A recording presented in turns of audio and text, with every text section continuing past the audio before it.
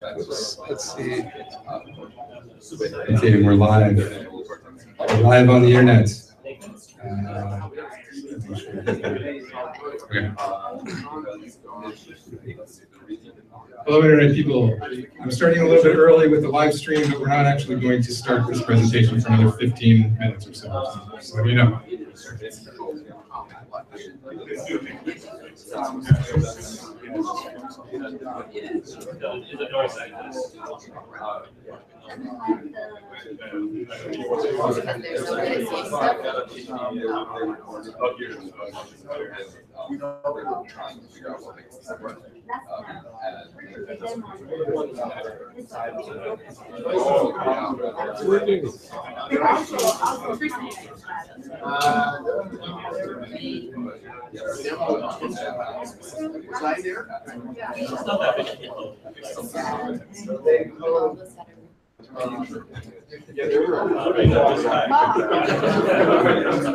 During the summer,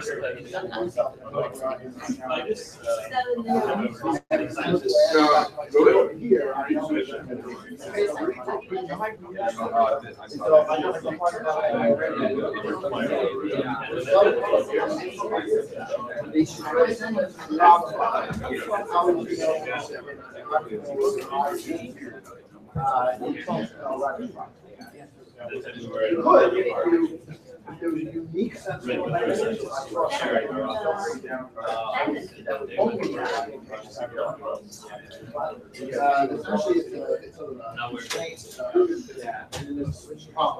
So you said you wanted to try out a lot of instead of yours. Okay. You do 5, 6, 7, 8, 9.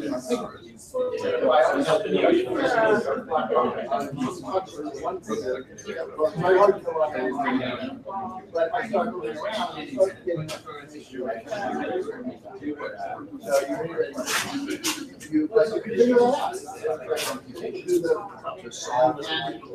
If I know this is tough, and I don't know where I am on the top, you just start figuring out certain features. I say, oh, that's where I'm at. And so, but it doesn't happen with a bunch of people on the phone. That's why. This is the trick.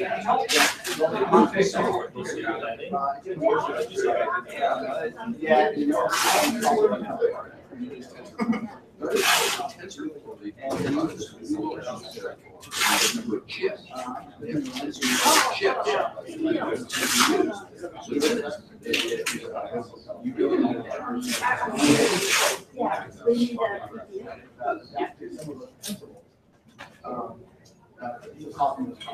So everybody said, what's the common voting, trying to figure out where they are.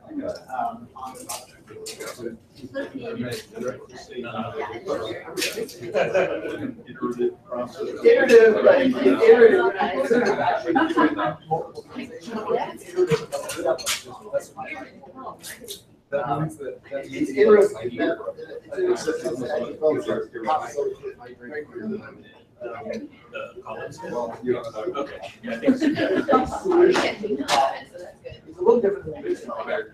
The base solution is the following.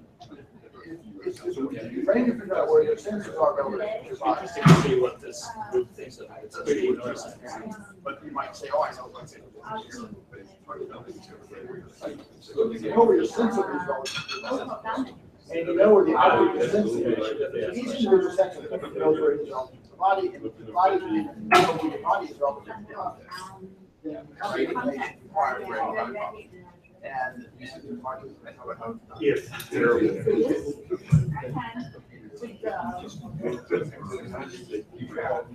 I didn't think so a while.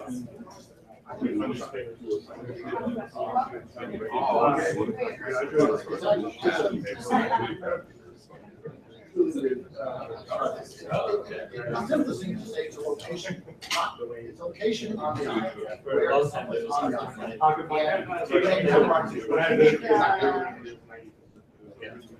So it's a location. That's the first I was there.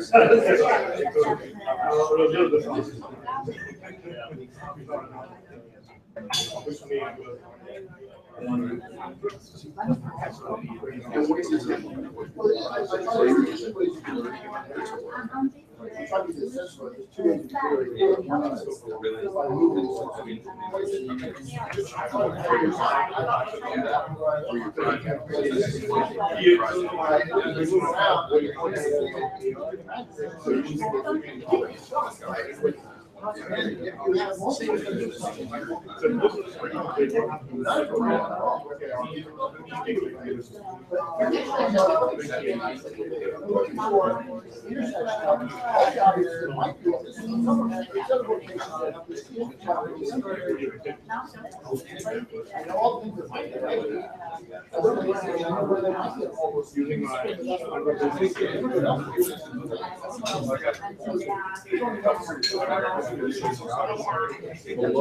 Actually, change a lot of this. So like this actually got like 2 hour watch stuff. Here's 2. I put a lot more on week versus starting out right kind of make that case that I've taken out throughout some generation. So it's a good balance.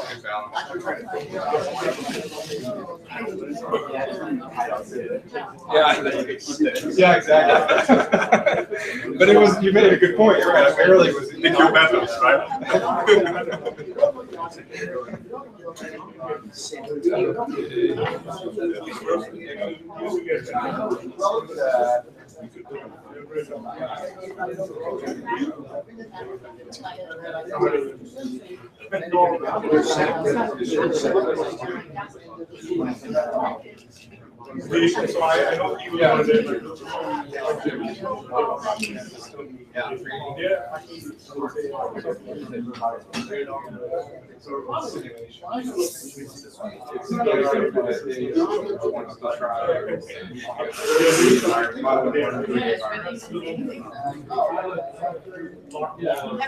Is there something that you could do on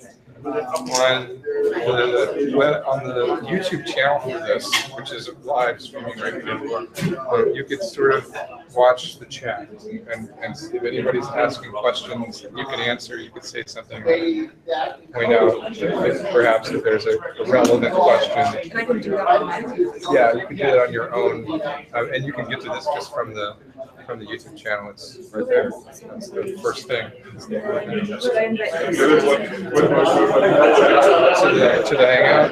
You know, I think we're gonna be fine with 2 hangouts. Yeah. Yeah, she was asking just now. Well, if you guys feel like doing it, we certainly do. But it's just one more complication. Yeah, I think we're good. Yeah. Okay.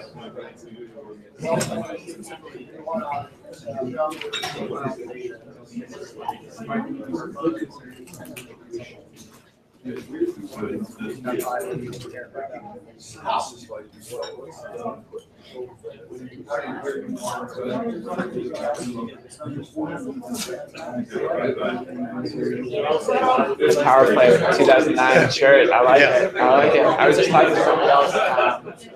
I've been working at Numenta for 5.5 years, and I was an intern before that. And it's surprising how many people have been following it that entire time. Yeah, I haven't really, applied any of the technology or anything, but I've been following along ever since I read Jeff's book.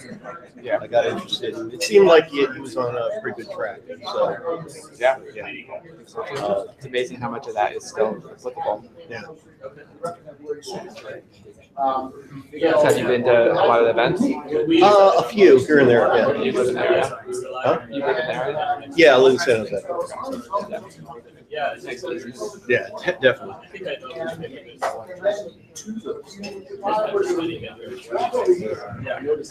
Just to remind you, the new people that are coming in, I'm live streaming this to the internet.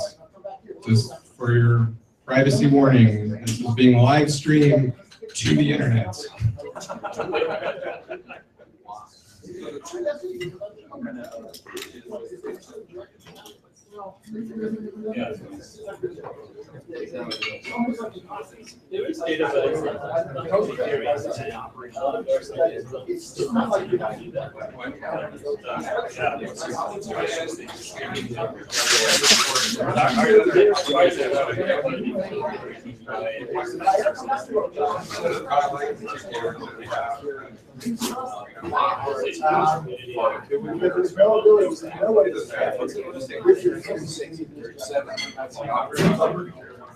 They have a hard time getting covers. It's like,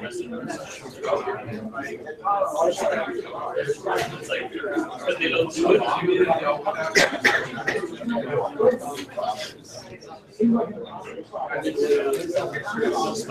Focus to this area.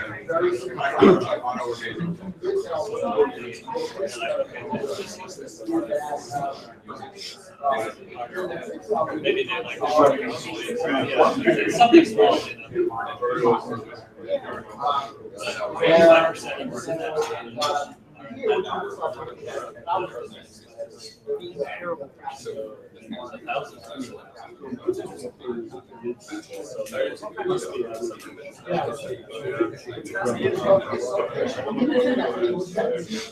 So,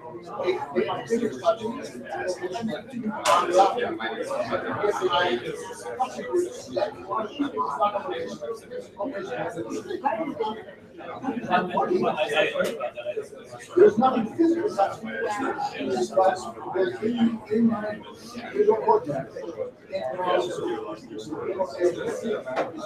out there on that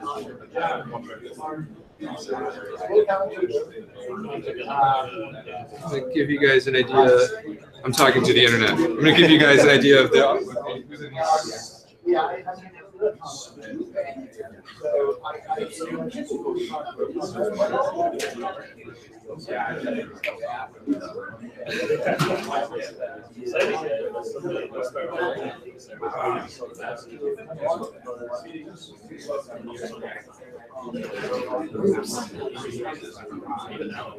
Hi, Matt.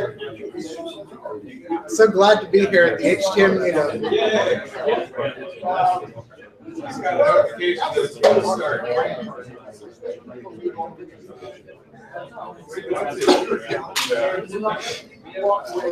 Working, job interviewing, and most recently, we're going to do classification of light curve data, which is stuff that comes off the telescope. This group called LSST, they're in Arizona. It's like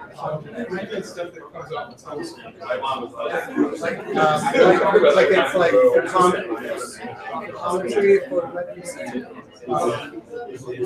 intensity of stars, celestial objects. Does that work with optical SETI, or is that like too high frequency for you? No, I don't think it's SETI. They're a consortium of people in university academics that are like funded by the government, and they're all getting ready for this LSST telescope in Chile. We're going to start in about 5 minutes, so it's going to have this huge amount of data. Start making your way to a seat. That would be good. The challenge is, can they do basically streaming astronomy?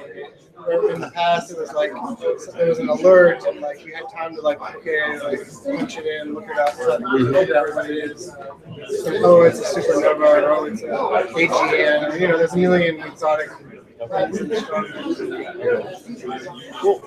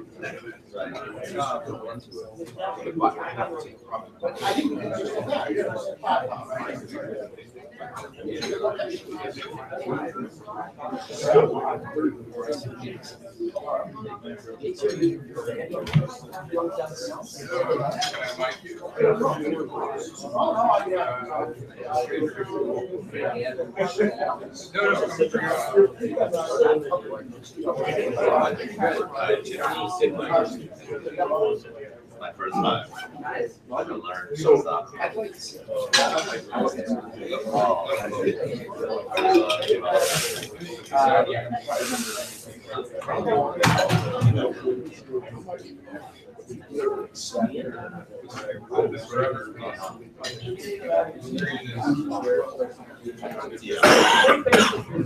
So Jason Toy is getting set up. While he's getting no rush. While he's getting set up, ask you guys all to please start making your way to your seats. And while I have a captive audience, I want to start asking some questions. So I like to take an informal poll whenever we have a bunch of people together like this. So if you would oblige me to raise your hand if you think humans are intelligent. Surprisingly few hands are shown. Raise your hand if you think human beings, humans like us, are intelligent. Okay, that's better. As much as we Okay, thank you. Raise your hand if you think chimpanzees are intelligent. Maybe some are and some aren't. Who knows? Okay, so basically the same set of hands. Okay, dogs. You believe dogs are intelligent? Do you believe cats are intelligent? There's a cat person. Do you believe mice are intelligent? A few less hands, okay. Do you believe that a parrot is intelligent? Okay. What about a sparrow? Does it matter? Yeah? Okay. Do you think a chameleon is intelligent? A chameleon, a reptile. Okay, some still. Something like this. Do you think a praying mantis is intelligent? How about an earthworm? What about a bacterium? Some. Do you think that a plant is intelligent? Like an oak tree. Some think plants is intelligent. Yeah, there's always some people who think plants is intelligent. The point being, what is intelligence? So I just like to point that out. Like everybody has a different idea of what intelligence is. And, you never know until you talk to someone. Okay, let's do something more fun. What's the answer? There's no answer. Well, my point is we try and understand how intelligence works in something that we all agreed was intelligence, which was the human neocortex. So that's sort of the bottom line for us. We're going to start there. So this is sort of unrelated, but I like to do it anyway. How many of you think human beings are conscious? How many think dogs are conscious? Cats are conscious. Cows. How about turtles? Who thinks turtles are conscious? Okay. Do you think that sparrows are conscious? Slugs. Who thinks slugs are conscious? Well, many fewer hands. What about trees? Okay. So based on this, you might conjecture that some things might be intelligent without being conscious, and vice versa. Just something to think about. Okay, anyway, if you don't know me, I'm Matt Taylor. I'm the community manager for Numenta and our open source HTM work. Thanks everybody for coming. It's good to have an event again. We haven't had a community event in a long time, so thanks everybody for coming out. We're live streaming this in case you didn't hear my other two warnings. So there's already several people watching this right now. So we're going to have 3 talks tonight. The first is going to be from Jason Toy, and I'll let you do your introduction in a moment. Then we're going to have Jeff Hawkins, our co-founder of Numenta, come and talk about some new theories that we have and a paper that we just published about columns in the cortex. The last talk will be from Marcus Lewis, who is a research engineer, and he's going to talk about location in the brain, how location is represented in the brain. But first of all, please give a big hand for Jason Toy, who's going to talk about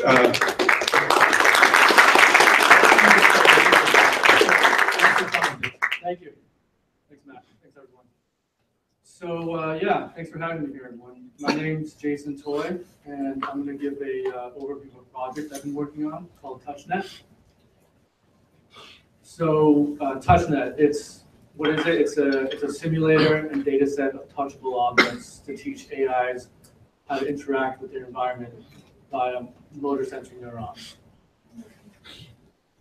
So just a brief history about the project. I've had the idea since around 2015, but my aspirations for it were pretty large. I wanted to create a full physics simulator with agents in it that could touch and interact in this environment, but it's a little too big, so I didn't work on it. But I had this, I was reading some cognitive science papers recently, and I saw these experiments where the scientists had people come in and just put hands, people come in and put hands into a black box and just try to figure out what the objects were, just with touch. And so I figured that's something that's doable, and I still want to do this much grander version, but I've started off with a hand that can go into a box and can touch stuff. And so I'm going to release the initial version in the next couple weeks. So just briefly, I want to go into the why of the project.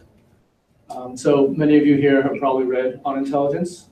It's a very interesting book, and it really got me thinking and to believe that it's possible to build intelligent machines with neuroscience-based principles and biological-based principles. The best example I always remember is from the book where Jeff talks about you throw a ball at someone, and depending on who you are, you might move away from it or towards it. And that shows that we have this subconscious system running that's basically predicting. So on top of that, another inspiration, Helen Keller has been an inspiration. I don't know, most of you should probably know her, but she was born around 150 years ago. She was born normal, but after 18 months old, she became blind and deaf.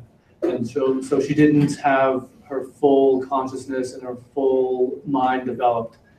It wasn't until around 11 years old where she had a teacher who was trying to teach her how to become a member of society and be intelligent. Her teacher taught her the symbol for water just by putting water on her hand and then writing the symbol. And after that, she learned that there were concepts, and she went crazy learning concepts because she wanted to get to ice cream. She had this craving for ice cream, and she wanted to get that, and so she needs to know the symbol. But what's interesting is she didn't know about herself. She was like basically an amorphous blob floating through the environment and just reacting to things. And it wasn't until that her teacher, she learned a concept for I and me, that she knew that there is a self separate from this environment. And so it's separate, she's this agent acting in the environment that can think and can feel both herself and the environment. And she talks about, I've read all her books, she wrote about 12 books, but she talks about in the books how her whole life is basically, it's through the hand and through touch and through sensing and just touching things. And so it's very interesting. I recommend if you have time to read it, but I just wanted to show two quotes from her books. So one of them, every object is associated in my mind with tactual qualities, which combined in countless ways give me a sense of power, of beauty. And then with the fingers, I see only a very small portion of a surface, and that I must pass my hand continuously over it before my touch grasps the whole. It is more important, however, to remember that my imagination is not tethered to certain points, locations, and distances.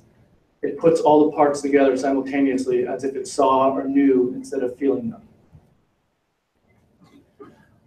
So thinking about all these, both On Intelligence, Helen Keller, and some of the research that's been happening now, like right now, there's been an explosion, and right now it's due to, it's usually in image processing, convolutional neural networks, adversarial networks. Those are all image processing techniques. There's also LSTMs, which do some time series data. But most of these models and these AIs are really focused on static models You train them once, it's like you get a binary back, and then you pass data through it for classification and regression. So they're not really meant for time. LHTMs have some time components to it, but in my mind, it's really tacked on top of the core algorithms. There's of course reinforcement learning as well, but that's used in more longer term focused companies like DeepMind, doing stuff with autonomous vehicles.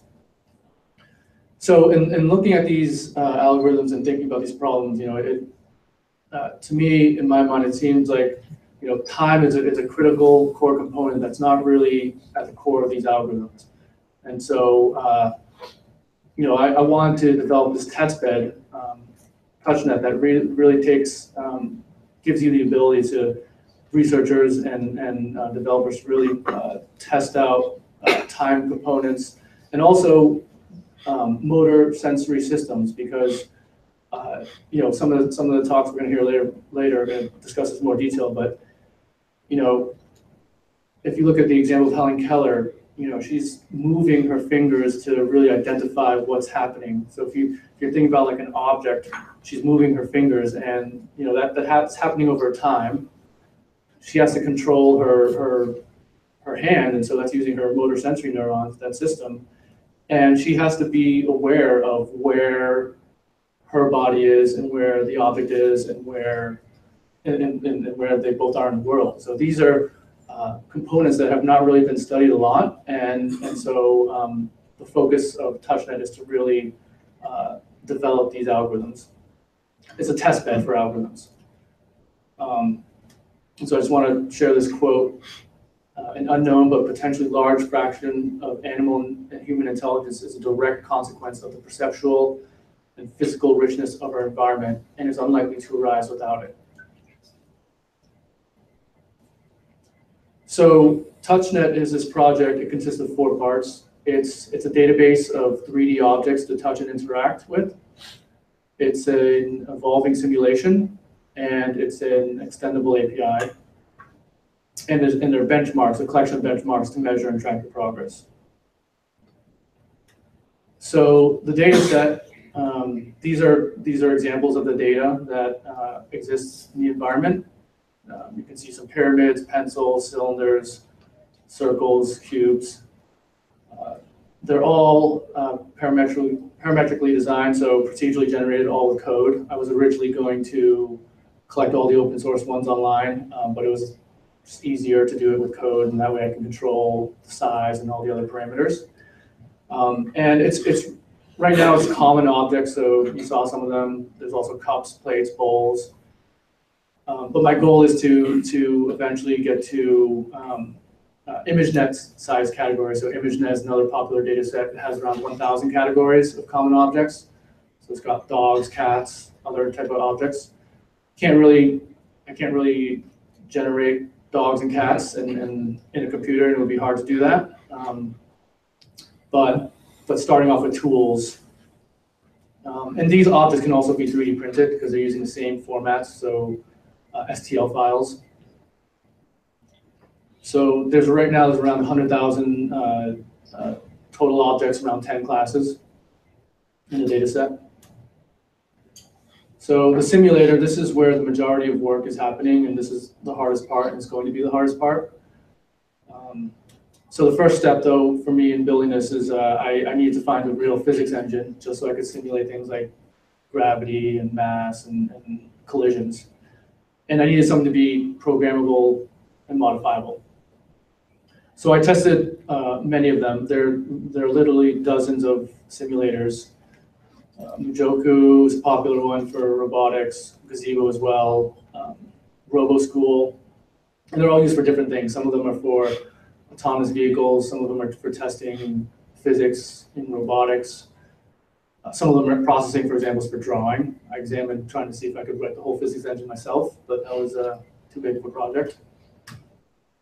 So I ended up using this engine called Bullet and PyBullet. It's I consider it a secret weapon, but it's So it's a very robust physics engine that's been around for over 15 years. It's used in many games and movies that you guys probably have seen or played, and it's very easy to install.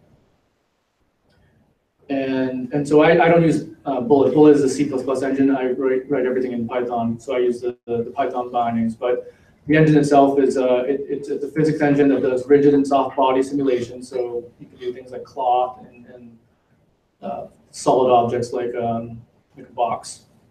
And then it has lots of integrations with things like Unity, Blender, CUDA, and OpenCL. That's collision detection. As I mentioned, it's developed by this guy named Erwin Koemans since 2003. And it's now being developed more at Google, used for robotics and reinforcement learning. So this is what I want to try to simulate right now. So this diagram is a picture of skin, and so far as we know that there are 4 types of sensory neurons on the skin. There's the Ruffini corpuscles, Merkel cells, tactical corpuscles, and Pacinian corpuscles. They measure points and edges, temperature, low vibrations, and stretching of the skin. And for on the finger, the tip of the finger, for every square centimeter, there's about 2,000 minimum Merkel cells. So to simulate that is a very large undertaking. So right now, it's nowhere near that. What I have instead is a robotic hand with a 200 by 200 sized square, so like an image, width by height, on the tip of the index finger. And that index finger, when it goes towards the objects and touches it, it will get zeros and ones, an array of 0 and 1. 0 meaning no touch, and 1 meaning touch. So that's what I have working now. This hand also is it has around 21 different joints in it. So every finger, it can control the full range of the finger and then move in the X, Y, Z axis. So this hand has around 26 complete actions it can take for every step in the simulation. So I'm just going to quickly show you what the raw hand looks like without this. So this is just random. There's no learning happening here.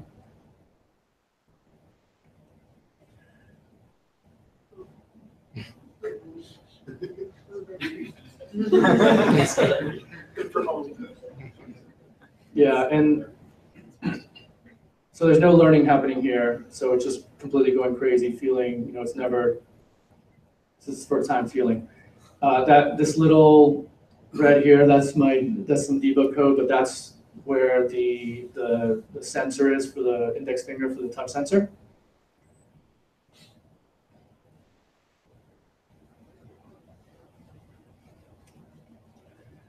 So it's, as I said, it's an evolving simulator. My goal is to release the first one, and hopefully that will generate interest from other scientists and neuroscientists who know how to really implement or a better model of what the hand would look like. And so I want to work with some people in open source and then try to get better and better. So better could mean all types of different things depending on how we move forward, but it could be implementing all 4 of those sensors I mentioned. Maybe it's proprioception, all the fingers, full arm, hardware. It really depends on how I can grow the project. So I want to talk about the API for this. So it was really important for me to make this as simple and easy to work with. As I mentioned, trying to use some of those physics simulators, they were all pretty painful to install. I talked to actually a lot of the original developers for many of those projects. Some of them take days to install, or the install instructions don't even work. And so that's a real turnoff when people are trying to build stuff, obviously. So TouchNet is really, it's almost a one command installed to get it running. I've also set up packages for virtual machines so you can run it instantaneously. And then also the API is modifiable and customizable, meaning that, if so I've embedded that touch sensor in the finger, but if someone else wants to go and research and build out something with proprioception, for example, they can easily extend it and build that and then run it. So the APIs are based off of a reinforcement learning style API, which just means that, this is the nomenclature for more traditional machine learning, but having an agent, that's where we would write our code, and then the environment is TouchNet that responds, that's the environment.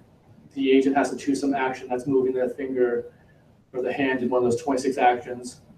That action gets past the environment, and then there's a state, which is the array that represents the touch, and then the reward. That just means, depending on the problem of the environment, that means, like in our case, if the hand is getting closer to the object and touching it, then they get more reward. So I base the APIs off of OpenAI, which is another company doing research in longer term machine learning. They do reinforcement learning. And so if any of you have done coding in OpenAI or OpenAI's Universe API, you can literally just plug in the code and the whole thing should run. So here's a quick example of the OpenAI's example. It's very, very short code, and ours is almost the same thing. So import the environment, render it, and then line 10 here, I just choose a random action. And then line 11 is you pass that action variable to the step function of the environment, which just means take a step in the simulator, and you get back 4 things: the observation, which, as I mentioned, is the array, the bottom right here, and the reward, which right now is just a number from 0 to 1, or it can be larger than 1, but it's a number.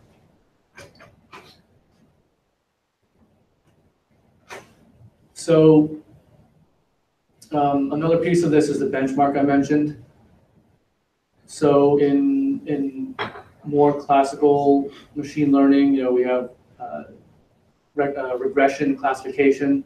Classification being, in the image sense, give it a bunch of images it trains on, and then give it some brand new images. Is this a dog or a cat? It's going to tell you. So that's how a lot of businesses use machine learning. In my case, I built a benchmark, which it's also object classification, but it's blind because the hand, it's not getting an image, it's a hand that's trying to touch, right? And so the goal is the same as regular classification. Try to tell us, is this object a dog? Is it a box, a sphere, in our case, a pencil? And so because this is a reinforcement learning style environment, I use the reinforcement learning algorithm. What I do is the example I wrote is really, it's 2 deep neural networks. One is a convolutional neural network, which is for images, and the other one is a reinforcement learning algorithm called actor critic. And so I'm training one that learns how to classify the touch data. What is this class? Is it a dog, cat? And then the actor critic algorithm, all that does is learns how to move the hand towards the object. So I just trained them concurrently. I don't know if I did it right because I'm not a real reinforcement learning person. And I wrote the code in PyTorch and TensorFlow. These are 2 popular machine learning frameworks that most of you probably know. And I just got working last night, so the accuracy is pretty terrible. 4%, that's a really low number. So that means out of 100, it only gets 4 right. So it's basically junk. But I expect that because I'm using a CNN, an image neural network, to try to decipher touch data. So the next step would be to for other people or myself to create their own agent in this environment to try to beat that using some other algorithms. So yeah, let me walk through the code real quick in case that's interesting.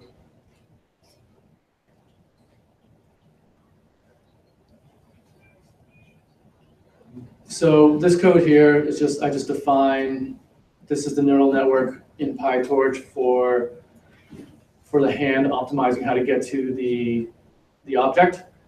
Standard stuff. I copied and pasted it from a tutorial. And then this is the convolutional neural network that does the classification part that says, what is this object that I'm touching? Also, yeah, it's very simple. It's a 2-layer neural network. It takes in that touch data, goes through several layers, and then at the last layer, it just outputs what it thinks the probability is for each of those 10 different classes I showed you earlier. And so these lines here, they just set up the optimizers. And here's where the actual stepping through the environment is happening. So I select an action. When it starts, it does that random thing I showed you. As it gets smarter, the hand will become smarter and not go crazy, and maybe just use a single finger and go forward towards the object and start touching it. And then this line I showed you earlier, but this is where you take that action, step it through the environment, and you get your observation data, your reward. And then the rest of it is just code for testing out the performance. So this is very basic code. It's only 200 lines of code. I could have made it much shorter.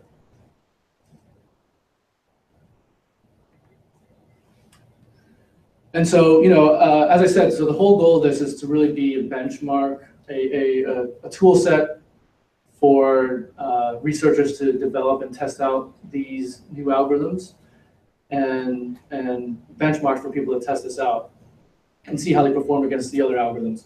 And so, I'd love to see an HTM version. I haven't played with the latest HTM code, but years ago I played with it. I would love to see if an HTM version would do better versus LSTMs or all the other algorithms. And in the future, I plan to add more benchmarks, different types of like maybe how the hand can it move the object as opposed to just recognizing it. Can it differentiate textures? I plan to implement textures because right now they're just a basic solid object, but fingers right now we can feel the difference between wood and sandpaper and rocks and stuff. So that's the high level of what it is, and it's a pretty ambitious project, especially for me. I'm not an expert in any of this kind of stuff. I'm a generalist, so kind of barely works.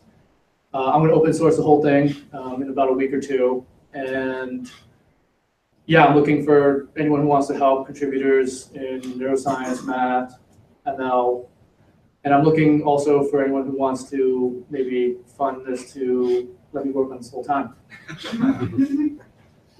So that's the project. Brief intro to that. So thanks everyone for your time. And if there's extra time, I'd love to answer any questions or feedback. Now raise your hand, please, and I'll hand you a mic if you have questions. Sure. Thanks, Jason. Could you speak a little more about the hand and how many degrees of freedom, and do you have plans for maybe simpler hands or more complicated hands? What's your vision there? Yeah, so degrees of freedom. I've been tweaking the physics engine a bit, and so the fingers right now they can go basically full range motion all the way. The fingers can go all the way backwards, so that's over 200 degrees, a little bit too far. So I need to tweak that. In terms of simpler, I think what I have now is already the simplest hand, so I don't want to go any simpler.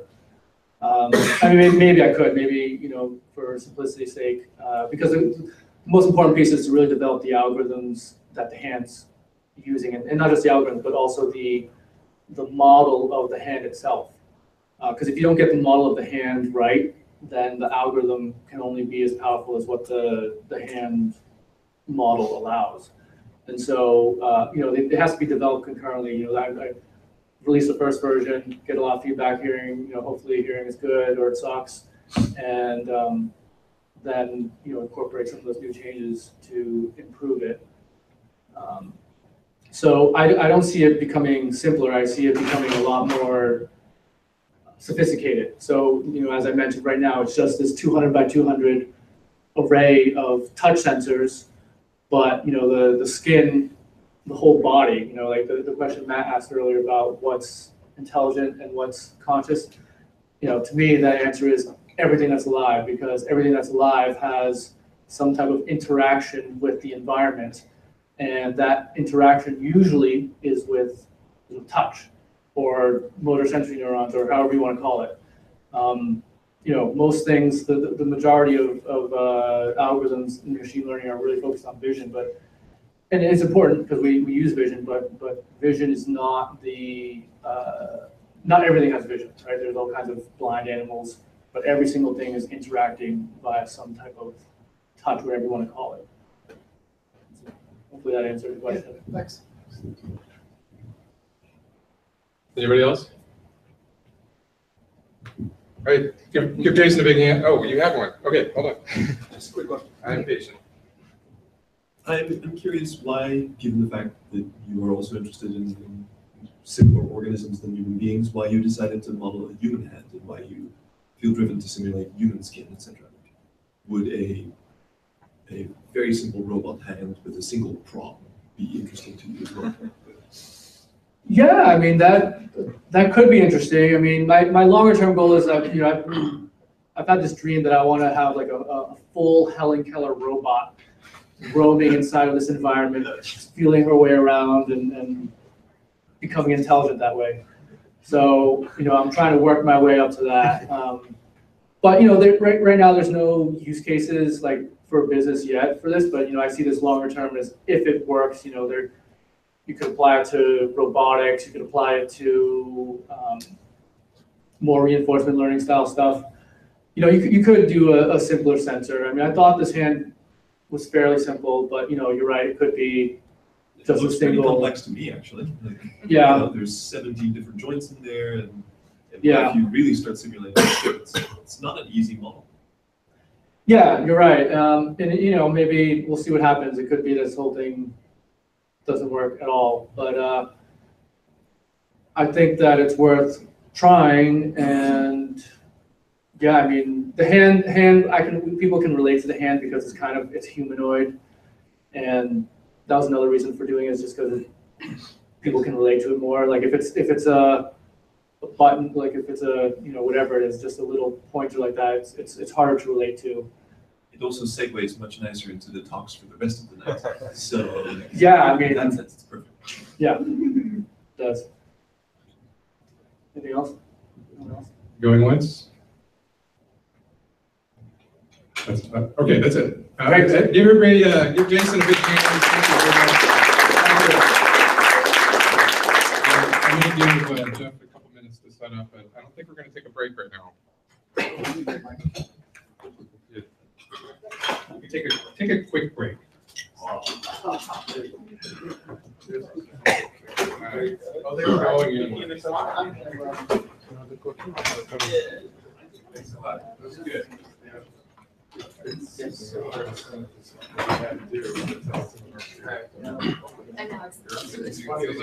don't know if it's yeah.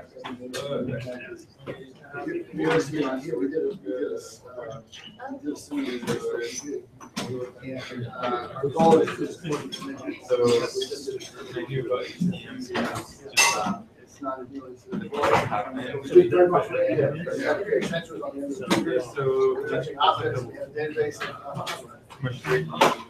Yeah, getting all the different we did that. The same reason I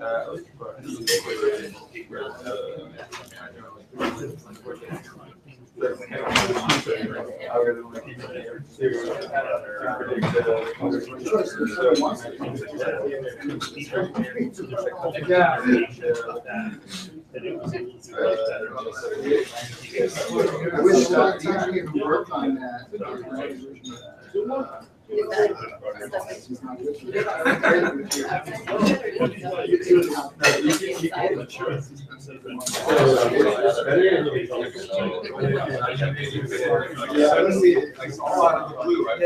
I feel like okay. Jeff is ready. I'll just wait for. you got to turn your. Hang on. Is it not on? I heard it on. Now I'm on. While we're waiting, I love Helen Keller too. I mean, obviously, I love Helen, but she is such an inspiration. It's a little bit echo for me. Is it out there too or no? I just down in the back room in the middle room. Is it echoey? Yes? No? Yeah? It's echoey. No, that one's not even It on. wasn't bad for Jason, so I don't know what I'm doing wrong. Your voice is just bad. Oh, I have a bad voice. I can. If you want. Turn this one on. You can turn it on. Turn this one on. Can you better? How about that? Is that better? Oh, yeah. Okay. Yeah. So while we're still waiting here, the thing I love about Helen Keller is she's like the best case of sensory substitution that you could have. I mean, this woman, she learned the world through touch, and that's it, right? No sight, no sounds. And yet her model of the world was exactly identical to my model of the world. She knew all the same things we did. She knew all the same concepts. She learned all the things about language and about the world and how it works. And yet she only did that through touch. And that gets to the universal properties of how the neocortex works, because it doesn't matter what your sensory organ is, you end up building the model of the world as the world is, not as the sensor sense it. And it's like a deep lesson in neuroscience about how brains work, because we think of vision and touch and hearing as different things, and they're really actually the exact same thing. And they work on the same principles.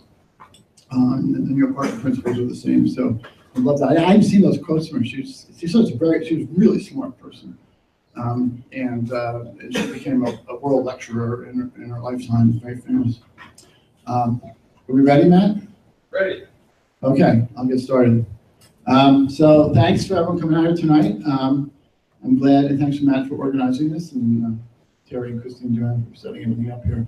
I actually didn't know what my talk was going to be about, so I asked Matt just this morning. I said, Matt, I said, what do you think the title for my talk was? And he said, well, this is what it said on the website. And that wasn't exactly what I was going to talk about. So I said, that's a good title. So I modified my talk to meet the title. And what I was going to do is it's just going to talk about this paper we just published 2 weeks ago. But I think it's a good idea to actually talk about things we did prior to that too. So I'm going to put them all together, and so I'm going to include 2016 and 2017 into this talk. Just to remind people, if you're not familiar, but even if you are, it's worth reminding what is Numenta? What do we do? We're a private company. We're somewhere around 10, 12 employees, something like that. We're a bunch of scientists and engineers and a couple of great marketing people, one great business office manager. We have a scientific mission. This is our primary mission, which is to reverse engineer the neocortex. And that's, of course, the big wrinkly thing on top of your head. I'll talk about it a lot tonight. Our goal, when I say reverse engineering, we want to be biologically accurate. We're not interested for inspiration. We really want to know the neuroscience. That's what this number one goal is the biological theory about how the neurons in your head work. And it should be testable empirically, that is through neuroscience means, and also through biosimulation. So it's an ambitious goal, and that's our primary goal. We have a secondary goal, which is definitely secondary, which is we believe the work we're doing is going to enable a technology that's going to be the foundation for the future of AI.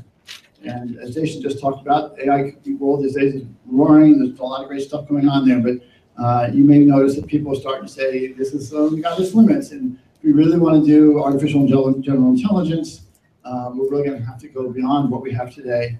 And some of the leaders in AI right now are basically saying we need to go back to brains and look what brains are doing. So that's what we do. To enable our technology, Matt runs our open source group. He does a great job with that. And if you're wondering what our business is, well, there isn't much of a business today, but the business will be IP licensing. Even though our stuff is open source, there are people who would like to license it. We have a couple of licensees today. Okay, so that's what we do. We have made significant progress on our reverse engineering neocortex, and I'm going to talk to you about that tonight. Now, this is a little video, that image that Matt showed and gave it to me. I'm going to run it. But before I tell you that, I'm going to talk about my manual version of this, and then I'll run the video. So here's my model of the brain, and it consists of about 70% of the volume of the brain is the neocortex. It's the big wrinkly thing around the top. Probably using a handheld mic. Matt is I can only use one hand for my props. And so the old brain is sort of stuck up in the middle of there, with those are like the emotions and sex and drives and things like that. But the neocortex is this big thing that wraps around the rest of it. And only mammals have a neocortex. Non-mammals don't have it. And in humans it's quite large. If you could remove it from the rest of the brain and iron it flat, which you can't do, but if you could, it would look like this.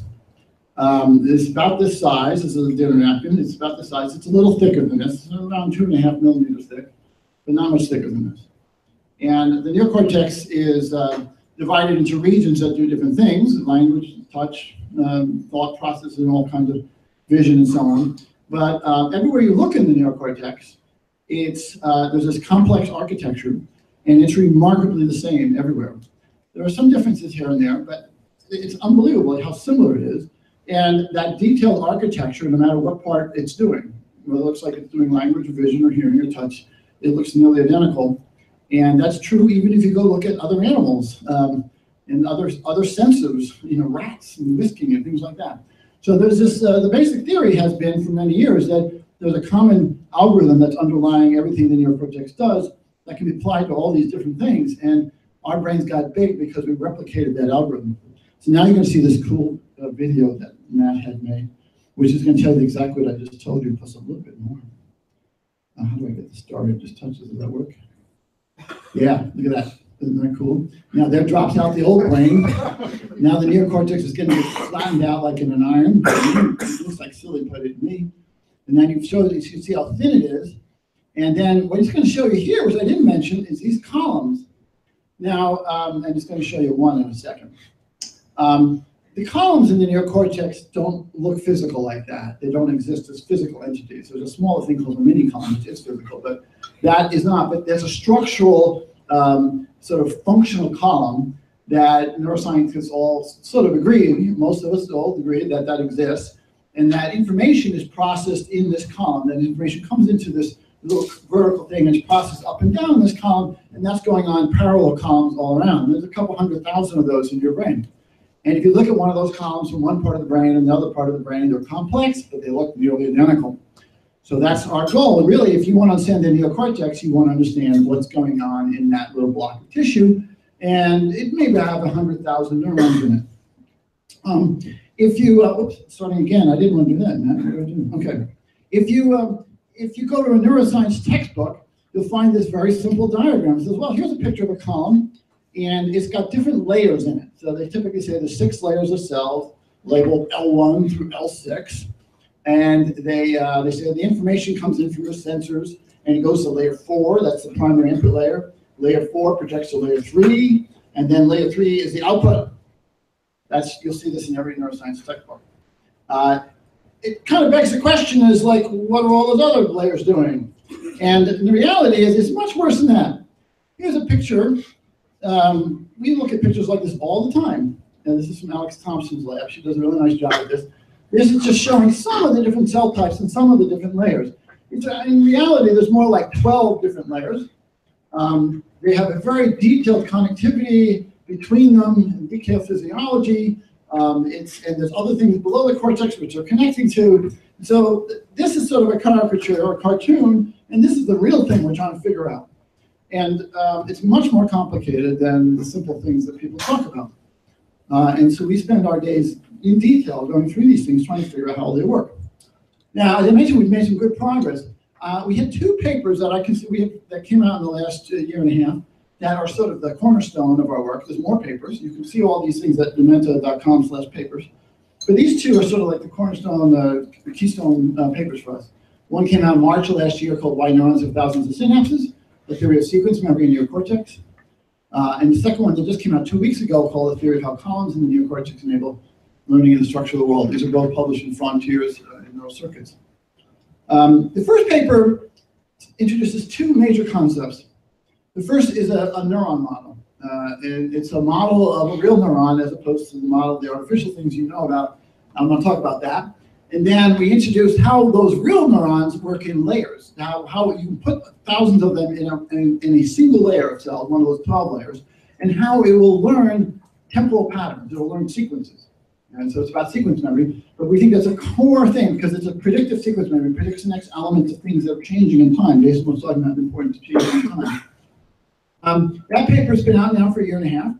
The paper just came out 2 weeks ago, extends that theory. It starts with the old one left off, and it shows how columns in the neocortex models objects of movement, just what Jason was talking about. Basically how when you move your sensors to the world and you touch things, how do you learn about the world and how do you recognize the world through movement? And that's not only happening with your fingers, it actually happens with your eyes. Your eyes are constantly moving. You're not aware of it. 3 times a second, sometimes 5 times a second, your eyes are moving to locations. The pattern coming into your brain is completely changing, not shifting, it's completely different, and yet you perceive the world as stable. And you perceive the world as it is, not as it's changing on your sensors, just like when I touch this brain or this cup here, I perceive it even though my sensors are moving. It's simply the same. And then the fourth thing is this magic missing ingredient. Now, if you've read the paper, you know what this is, but if you haven't read the paper, I'm going to keep you in suspense for a little bit. We actually discovered, I think, something extremely important for neocortical theory. I think it's going to change everything about people who study the neocortex. It's a major discovery, and we'll see if that's true, but I believe it is. So I'm going to go through these 4 points now. Here's a picture of an artificial neuron. This is the kind of neuron that is used in deep learning networks and so on. It's been around for a long time. Perceptrons use it. It's sometimes called the point neuron. And you basically have a bunch of inputs. They come in some scalar values. You multiply them some sort of weights. You add. Jeff, Yes? I think you muted the mic on the bottom. I muted the mic on the bottom. Yeah, there's a button on the very bottom. It's right. I'm hearing a lot of tapping noise or voice noise. Should we try the other mic again? What do you think? I don't know. Test. Wow. How long was I doing that for? Just for a few seconds. I'm hearing a lot of hand noise in this, you know. You can switch to the other mic if you want. Well, I don't know if it worked. It was working well for Jason. So. Okay. Let's try it again. You want to try both? No. Is this working back? Is it echoing again? Which you prefer, the handheld mic or this mic? This one. Okay, there we go, settled. And then after you add these together, you put it through some nonlinear function and you get your output. So these neurons typically have scalar inputs and scalar outputs, and that's how they work. This is not a neuron. Real neurons are not like this at all. They thought this 100 years ago, but that's not true. It's not even close. Here's a picture of a real neuron. This is a pyramidal cell. This is the predominant excitatory cell in your neocortex. A real neuron has somewhere between 5 and 30,000 synapses. Never less than a few thousand. That's a lot of synapses. These artificial neurons don't have anything like that. Less than 10% of them are what we call proximal, near the cell body. And those can make the cell become active. They can generate a spike. Over 90% of them are distal, either out here or on this apical branch up here, and they don't seem to be able to make the cell fire at all. They just don't have enough oomph to make the cell fire. And for so many years, people just said, what the hell are they good for? No one has any theories about it. But clearly, 90% of the synapses in the brain, the connections in the brain, didn't seem to be doing anything.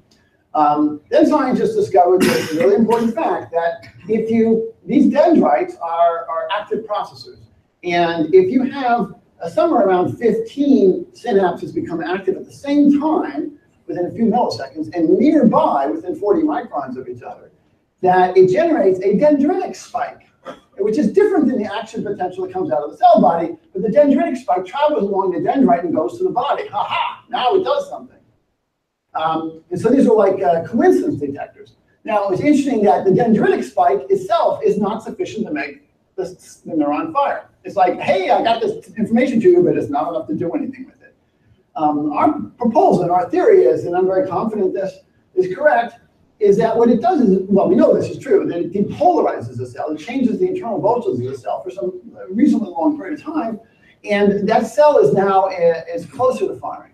And it's like a prediction. The cell is going to predict that it's going to become active sooner. And the whole advantage of this process is when a cell is in this predictive state, when it does become active through the feed-forward input, it becomes active a little bit quicker. And it beats out other cells, and that's the key to the mechanism.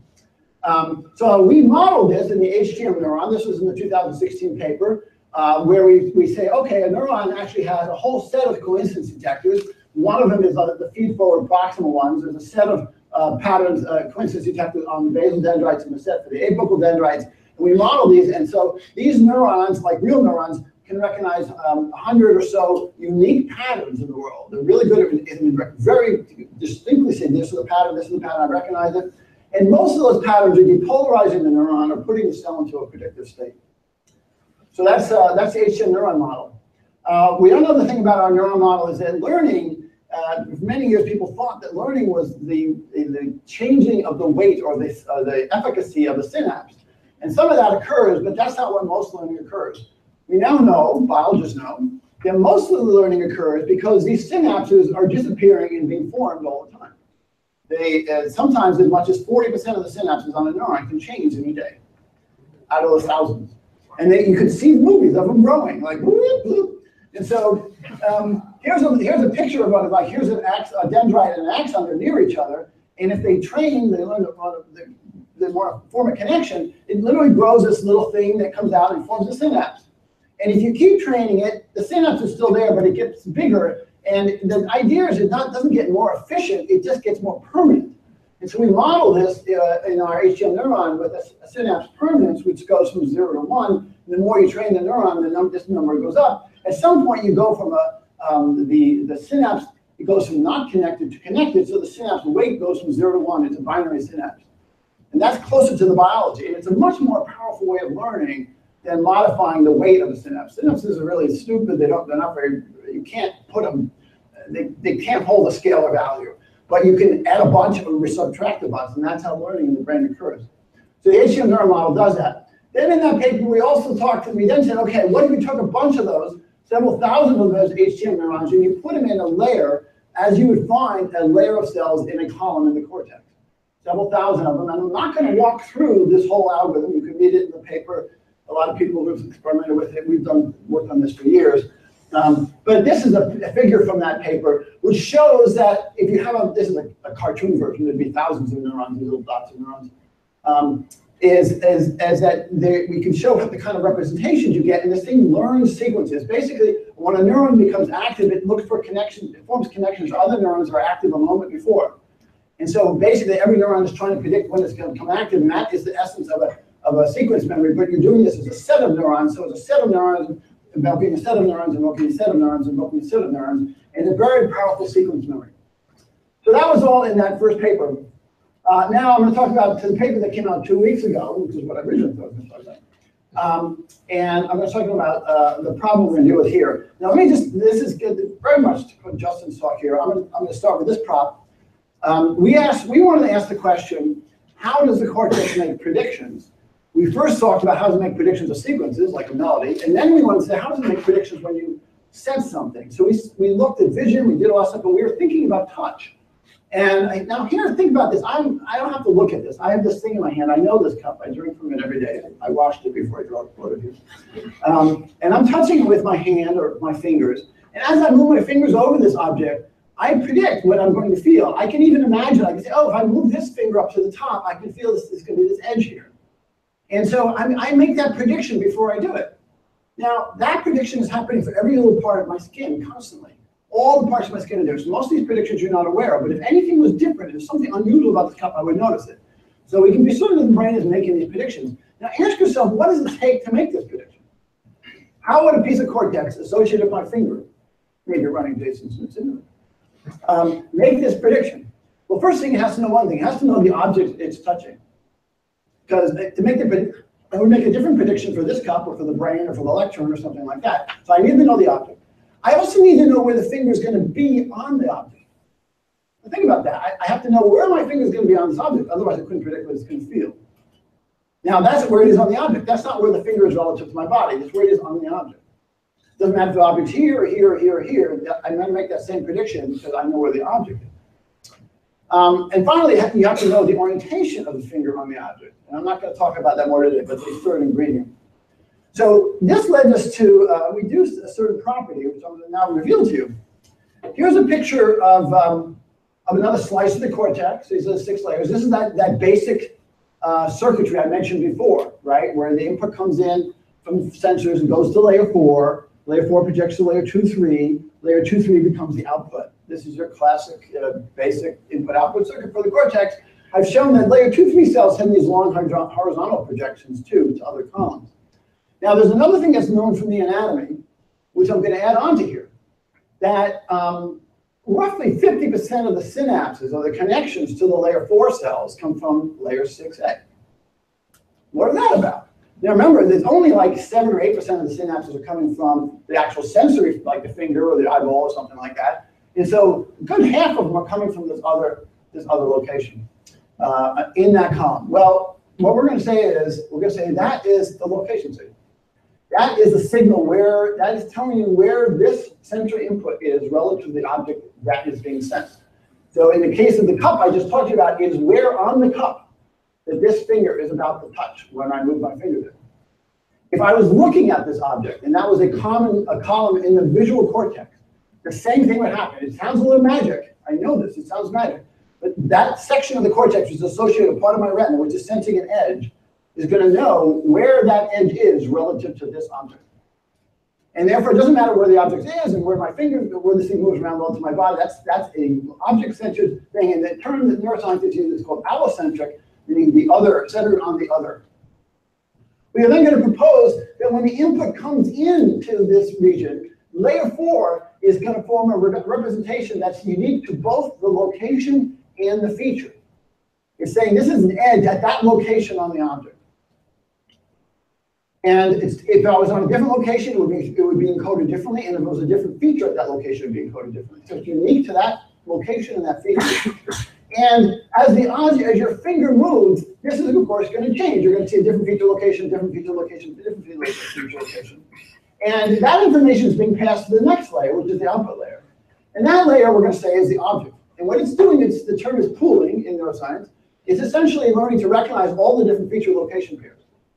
And it's like a CAD file. It's really that simple. It's saying this coffee cup consists of a set of features and locations, and I'm going to remember them. I'm going to form a stable representation for them. And that's if I see any one of those feature locations, it will invoke that representation of the object. So this is the same thing I just said. Every column determines its allocentric location of input. A sensor moves. As a sensor moves, the column is exposed to different feature locations in the object, whether that's your eyes moving or your fingers are moving. The output layer pools those feature locations, and it becomes stable over movement. So the output layer is going to be stable even though the input's changing all over the place. Because the output is just the object. And if you do this, then a single column can learn complete objects. In fact, in this paper, we show a single column can learn hundreds of complete objects. Even 100,000 neurons can learn hundreds of complete objects. The shape and the morphology of them. It's going to be more than that, but we didn't talk about that in the paper. Now, this location thing, one of the gentlemen in the audience here, I didn't catch his name, but earlier he said, hey, I just didn't get, how do you know what that is? How do you determine that? That is the secret sauce. You might think about this like that's pretty hard to know. How do you know where you are on an object, especially if you don't even know what the object is yet? Or even if you do know what the object is, how do you know where you're on the object? I'm not going to go into detail in this talk. That's what Marcus is going to talk about after me. And we knew that the brain solved this problem someplace else. Fortunately, it's something called grid cells, which is another part of the brain called the medial cortex. And it's been heavily studied. People won the Nobel Prize for it. But it solves a very similar problem, and there's some magic tricks that the neurons do to do this. And we looked for that and figure whether that's going to be the same mechanism here. Instead of figuring out what grid cells do is they tell you where you are in the world, like where my body is relative to this room. We're not doing that. We just want to figure out where our sensors are relative to objects. It's a very similar problem. So Marcus, that's what Marcus's talk. He's been working on that and come up with really great ideas on that. I'm going to continue on what's in the paper. So then, if you have multiple columns, like 3 fingers on your hand, and you're touching the object at 3 points at the same time, well, you're going to get 3 different sensory features. You're going to have 3 different locations. Each column on its own can't know what the object is, not with one sensation. But they all are guessing, and they could say, well, one column could say, well, this could be a coffee cup or a brain. The other one said this could be a coffee cup or a computer, and the other one said this could be a coffee cup or a mouse. And they vote together, and they basically decide what is the common thing. So once you've learned through movement, you can sense instantly. I can pick up an object in one sense and know what it is. But to learn it, I have to move over it. So that's a basic 2-layer circuit, which we explored in the paper. We did a lot of simulations on it. This is just saying what I already said. Each column has partial knowledge of the object. The long-range connections in the output layer allow the columns to vote, and inference is much faster when you have multiple columns. That's why you can do flash inference. You can just throw an image in front of your face and recognize it, but to learn something, you have to move your eyes over it. Same with touch. Here's a little simulation. We didn't do this in TouchNet, was the name? Yeah. We were just talking to Jason earlier because one of our engineers, Lewis, he did this and worked on this. He did this in Unity. Anyway, but this is a little, I'll show you a couple of videos of this. But we basically built a little, this is just to illustrate what was going on. This is just a slide, a bunch of slides. So imagine you're touching this cup and you have a finger, and here's your input layer and output layer. Well, the first thing that's going to have you, as you move onto a point, let's assume we knew the location. I'm just going to make sure we assume the location without the touch. The location invokes a set of possible features that might occur at a location like that. And then when it touches it, it actually gets the feature. It says, oh, that's consistent with one of the ones. So I know this is a feature at that location. It passes it to the output layer, and the output layer says, well, it could be any one of these three objects. It could be a cup, it could be a soda can or a can of beverage, and it could be a ball because they all have a rounded edge like that. Then so when you move to the next location, it gets a new location. It's okay, I predicted this is where my new location is going to be. You predict what features you're going to get there. You get a feature. This is an edge feature. This is then passed up to the top layer and says, okay, that's still consistent with the cup and the can, but it's inconsistent with the ball. So it starts narrowing down the set of hypotheses. And it goes to the third location, again, a new location, another feature. It says, okay, bring it up to the top, and now you have the proper representation. With 3 touches, then this thing can figure out, oh, it's not the can, it's not the ball, it's the cup. That's the basic idea. If you do that with 3 columns at once, here you are grasping it, and you touch the hand on 3 columns at once, or 3 fingers at once. Each one gets its own location and feature. And they come up there, there's ambiguity, and each column has ambiguity, but there's only one solution that's common to all 3, and that's the cup. Until within 3 tenths of milliseconds, the answer is presented, and you now know it's a cup, even though each finger couldn't know that. Let go of the cup, thank you. Yeah. We then did, again, this was work that Lewis did with Subutai and others too, I'm sure, I can't remember. But anyway, we took this benchmark data set, which is, I like yours, but this is a different one. This one came out of Yale, CMU, and Berkeley. And they basically have 78 objects or something like that, or 80 or something.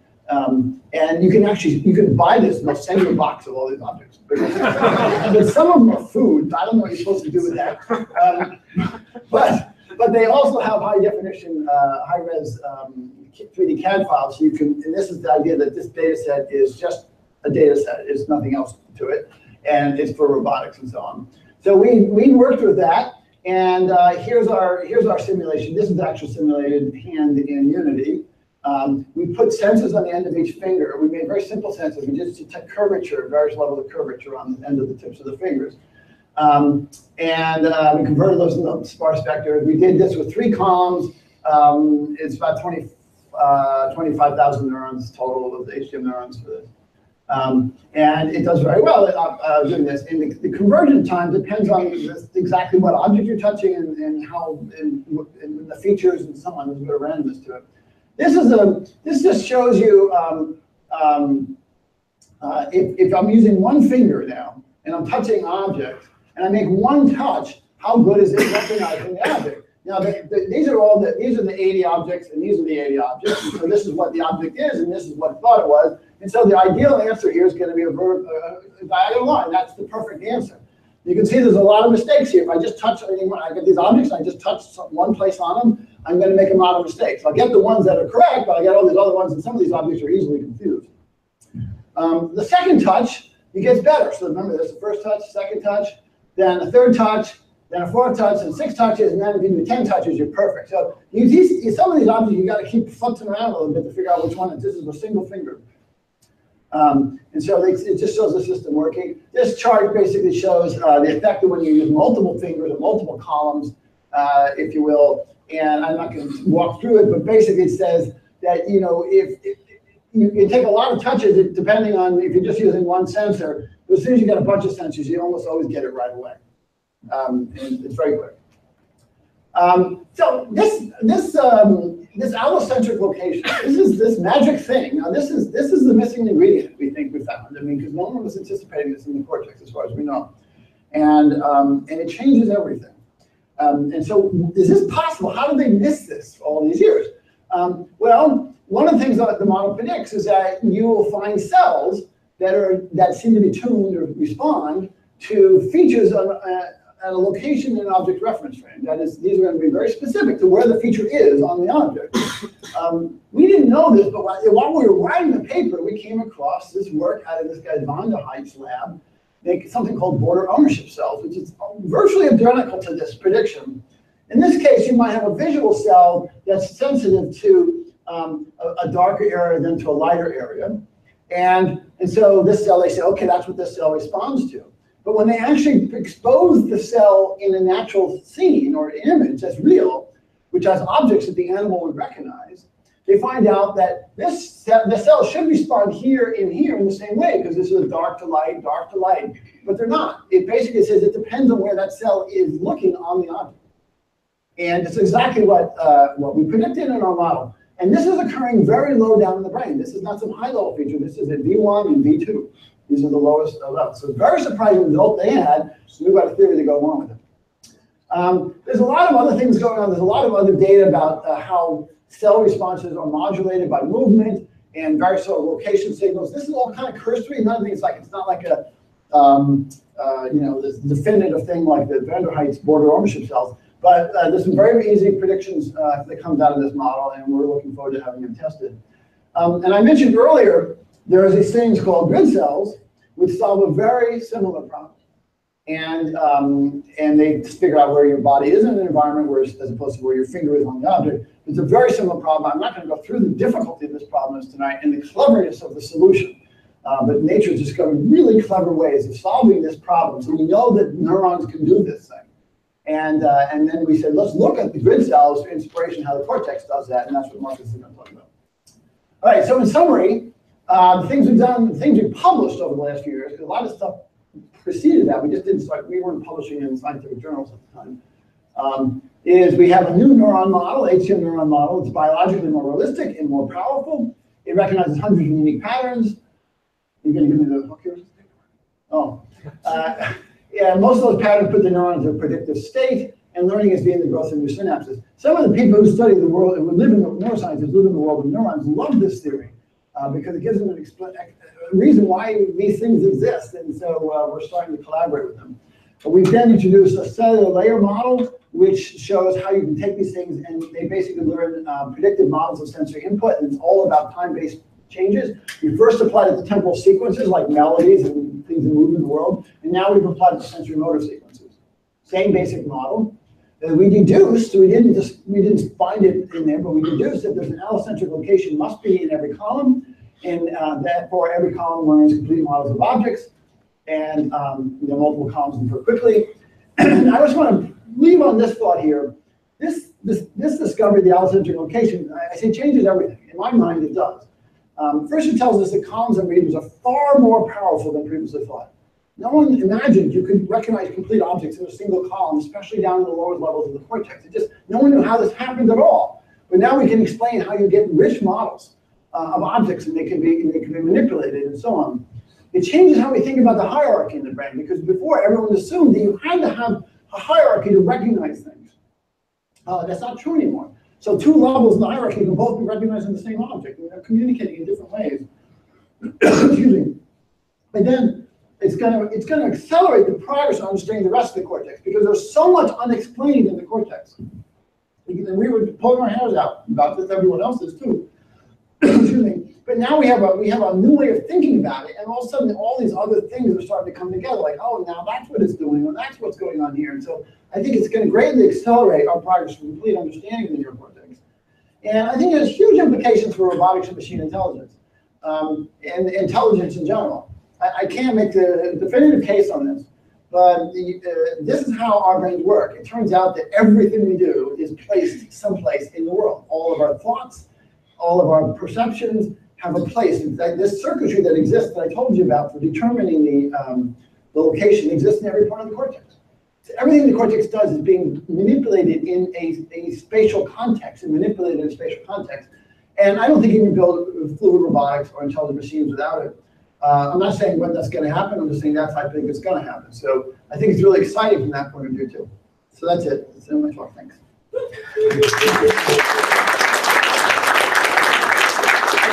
If you have any questions now, then we want to wait till after Marcus's talk. Let's take questions for you now. Just a few, because I don't want to detract. We don't want to go too long before we get the Marcus is going to be the key secret here. We still have like an hour, so we're good. Okay. Just a quick, really basic question. First, the columns are specific to the neocortex, right? Well, yes, they are. The columns I was referring to, they're in the neocortex. They're not found in other parts of the brain. Well, I wouldn't say that there's no similar type of structure anywhere else. There might be column structure or something. I'm not aware of some, but I wouldn't be surprised if there were. But this idea that there's a lot of them, really a lot of them, that are all the same, that's neocortex. Okay. And then I guess to figure out what the different layers within a column do, one needs to figure out where one layer starts and the other layer ends. But one layer ends and the other layer starts. Are you doing this, and if so, how? So it's a very interesting question, and I'm going to flip the answer around. So the layers are really misleading. What really matters, of course, is what kind of neurons and who they're connected to. So if I took a neuron in layer 2 and I moved it down to layer 4, but I kept all of its connections, it would still be the same neuron. It would still be doing something that layer 2 does. In fact, there is a odd genetic mouse that we learned about recently, where the neurons in the layers are all scrambled up. So the mouse has no layers. It's the neurons are all over the place. And that's almost a normal mouse. That's why the paper says it's a normal mouse, except the mouse can't eat and it dies. But if you keep the thing alive, it looks like a normal mouse. And so really, the layers it's the idea where the layers came from was that you can visually see them. And the early neuroscientists would look on their microscope and they saw these layers because cell types that had similar shapes were grouped together. But it doesn't really matter where the layers begin or end. It really matters what cell types and how they're connected. So when we really talk about 12 different layers, I'm really saying there's 12 different types of pyramidal cells in terms of their connections. Like there's these ones that connect from here, here, and here. And there's another one that looks just like that connects to here, here, and here. They're different. So those are 2 different layers. So how do you distinguish different cell types then? Well, we don't do that. Fortunately, there's really, really talented people out there who do this experimental work. And there are hundreds of papers on this. So they have all kinds of techniques. They can stain the cells.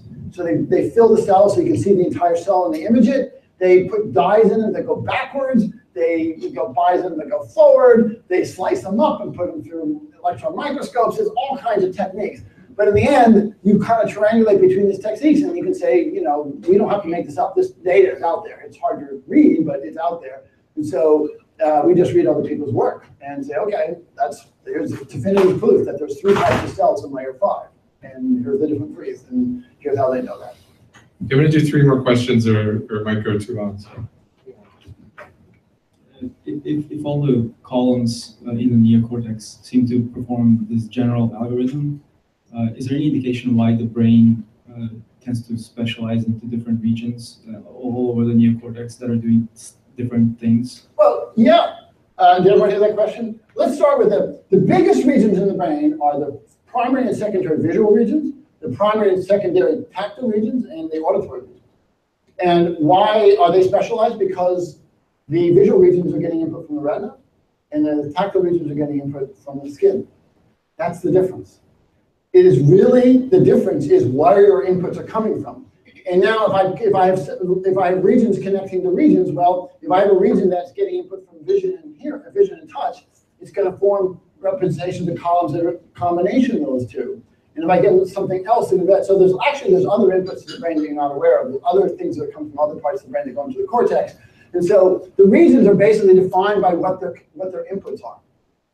That's it. That's how they specialize. If I'm connected to the eye, I become a visual region. And if I'm connected to the skin, I become a tactile one. And this has been proven. Very famous set of experiments where they took the optic nerve of what was the animal? Ferret, thank you.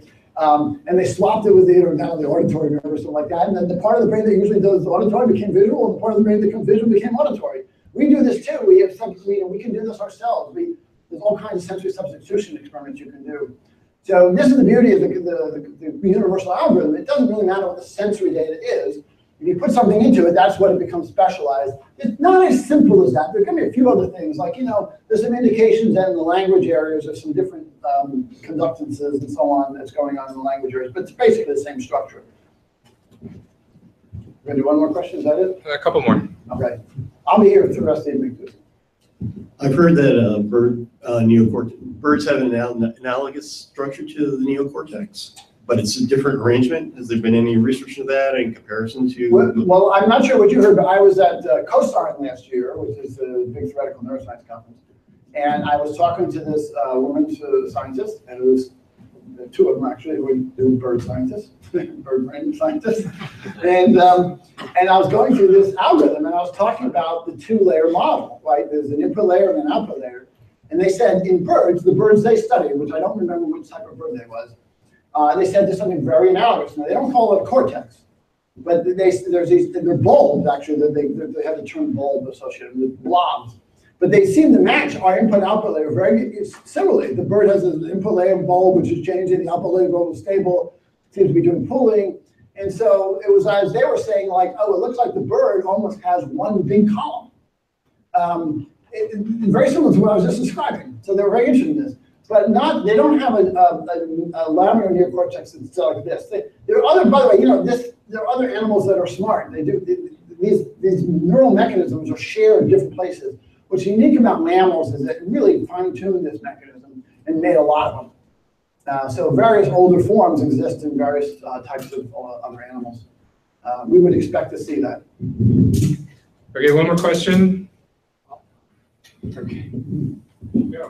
So, in what we heard earlier in this sensing, identifying an object and the allocentric and all that, to me it misses the HTM part of it. That I thought there was this sort of temporal thing that was, and Matt explained at the 5 o'clock talk about how you have the proximal and the ventral. Distal. If I got it right. And, yeah, well, that's all here too. Did you miss it? I probably did. He didn't show the same animation I showed. But I did talk about it here. But the part I'm wondering about is I thought this had to do with your directing your senses, and only in that context did they make sense, so to speak. So there was a sort of temporal thing. Well, first of all, everything is temporal, right? Everything I talked about is temporal. So the HTM, the T part of the thing is temporal memory, temporal. And whether you're listening to my speech, which is a temporal pattern, or you're moving your fingers over a cup, that's a temporal pattern. It's all about processing time-based, time-changing patterns. That's the whole shebang here. So that's in there. Now, but the talk, you touch it here, and then you rule out that it's not a ball and it's not this. But the inputs are constantly changing. There's no temporal thing. Oh, there's absolutely a temporal thing on there. The inputs are constantly changing. And just like my speech is temporal, that mechanism, and this is temporal too, the inputs are changing. I still want to have a stable representation. I want to know it's a cup. That's the magic. Your eyes are moving, you're processing temporal streams, but you still have to form a stable representation of the world, because the world is not changing. It's the combination of those two that's what it's all about. And when I first coined the term hierarchical temporal memory, I got some of it wrong. I proposed at that time that temporal stability only occurred in the hierarchy. It does, but it doesn't only occur in the hierarchy. I've just shown here temporal stability can occur in a single region. There's still hierarchy. Hierarchy is still important, and you do get more stability in the hierarchy, but I've now realized you can get stability even at the first level in the hierarchy. And so I missed that, but I think the moniker HTM still applies. And we just call it HTM now. It just stands for, basically somebody asks me what HTM these days is, I usually just say, it's the name of our model for the neocortex. Because it's just easier than describing what the derivation of it is telling. But it's just all about time-based patterns. The whole talk is about time-based patterns. Everything we do is about time-based patterns. Nothing static other than that well, I showed you, could you recognize something in an instant. You've had to learn it through time. Okay. Okay, thanks, Jeff. Give All right. Jeff a quick hand. Thank you. Let's take a 15-minute break. We went 7 to 9, but we can stay longer. So let's take a 15-minute break. Come back, Marcus. You want to hear it? Oh, yeah. That's right. Oh, don't say that. No, don't say that. Yeah, I never thought about that.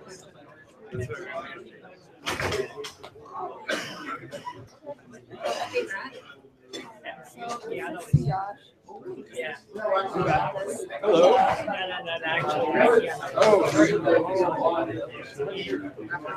Oh, sure. Yeah, you can do something.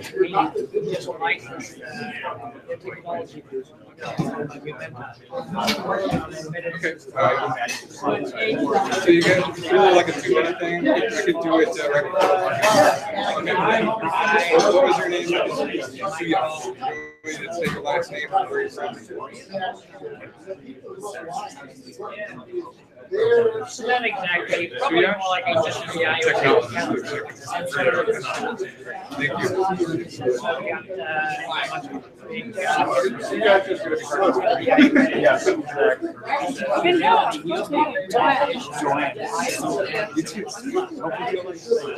I'll try and fix the lighting so that you can see the slides.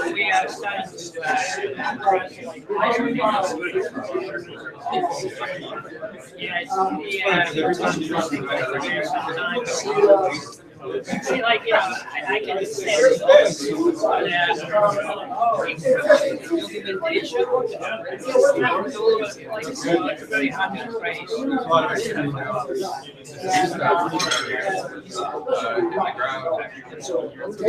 that would be much more like a something they have like a similar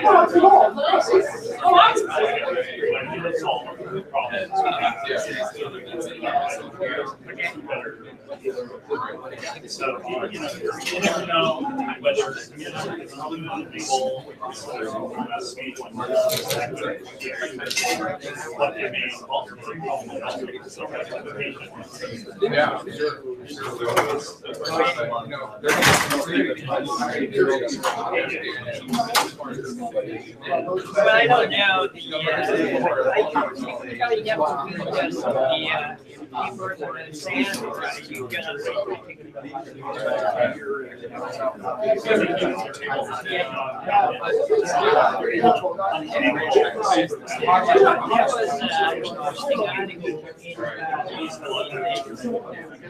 one thing I was talking about deep line was not where are you?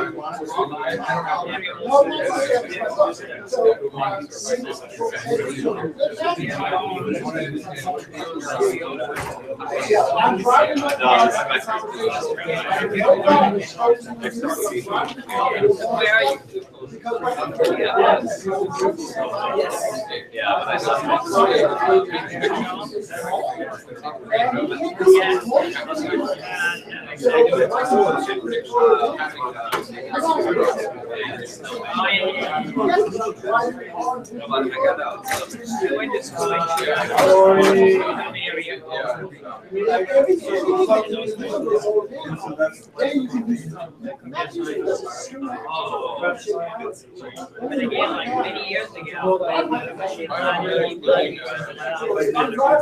we had a neuron.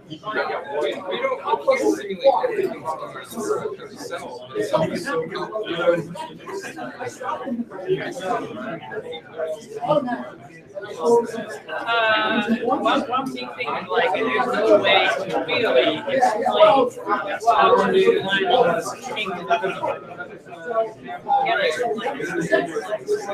That's number one. Number two is like, which state are you in?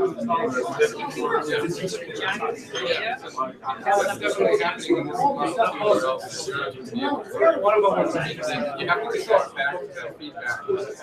Yeah, that's just one of the it's something I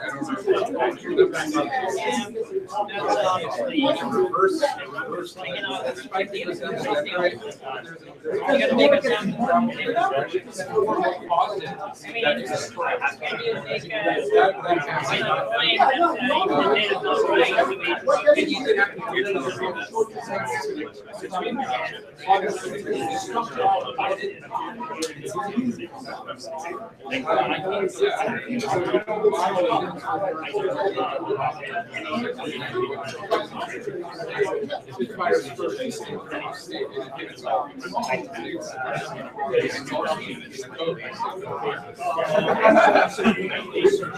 yeah, we don't have to like create an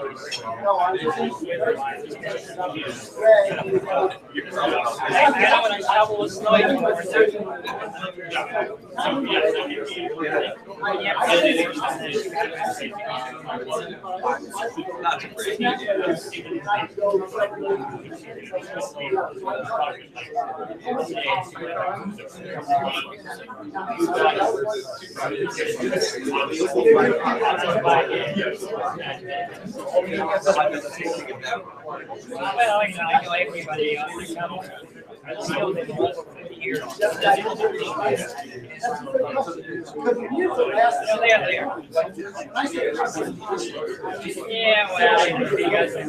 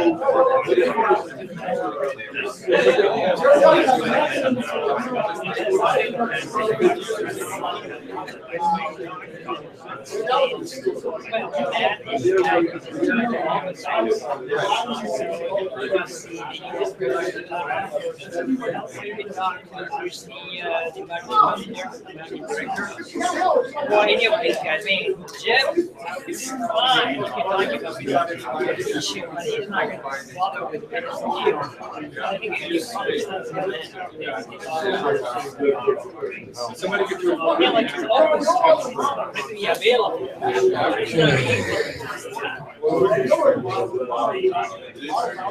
5-minute warning, everybody. 5-minute warning.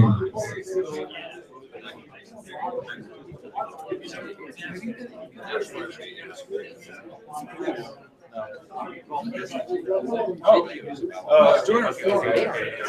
Numenta.org. Yeah, so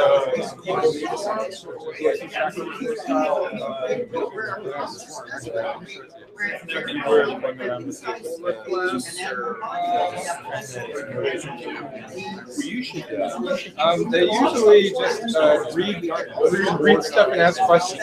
So you know, there's a lot of conversation on our last paper, so anybody will read the papers and I'll ask them questions and answers.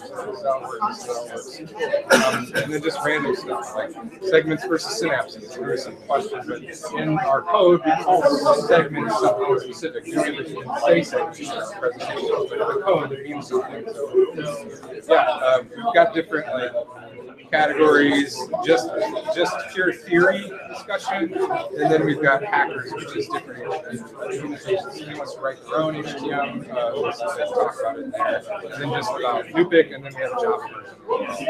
So are you guys looking for contributions?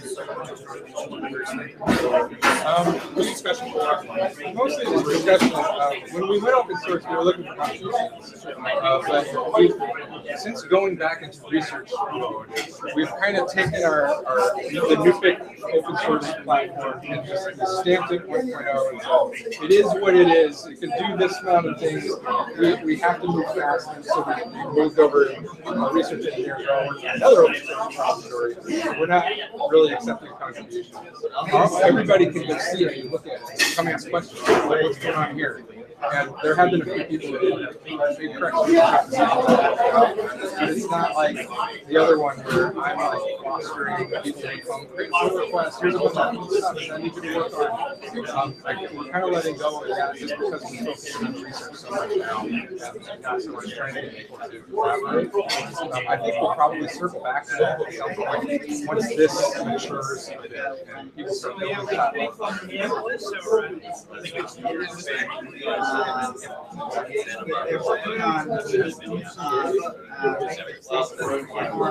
This was when there was George, yes.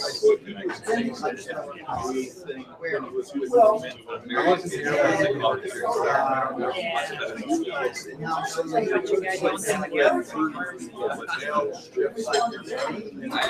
I don't think we ever had 30 people over the past 5 years. Maybe got up to 8.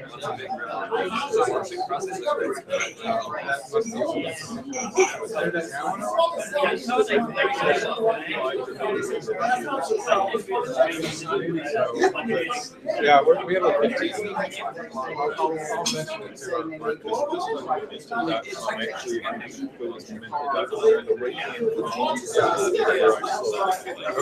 Okay, I'll take a look at it.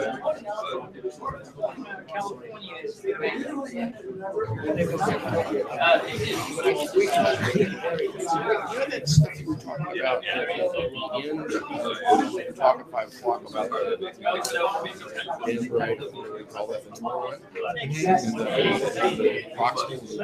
is that in No, that animation that I did showing the NMDA spike, the dendritic spike, when I made those episodes where I could have been showing that information, I didn't understand it. I didn't understand it enough to make that animation. Thank you. I was planning on doing that. Right.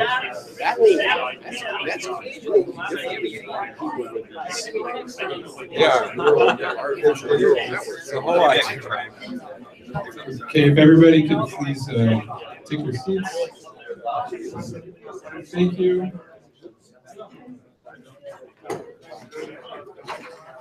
I'm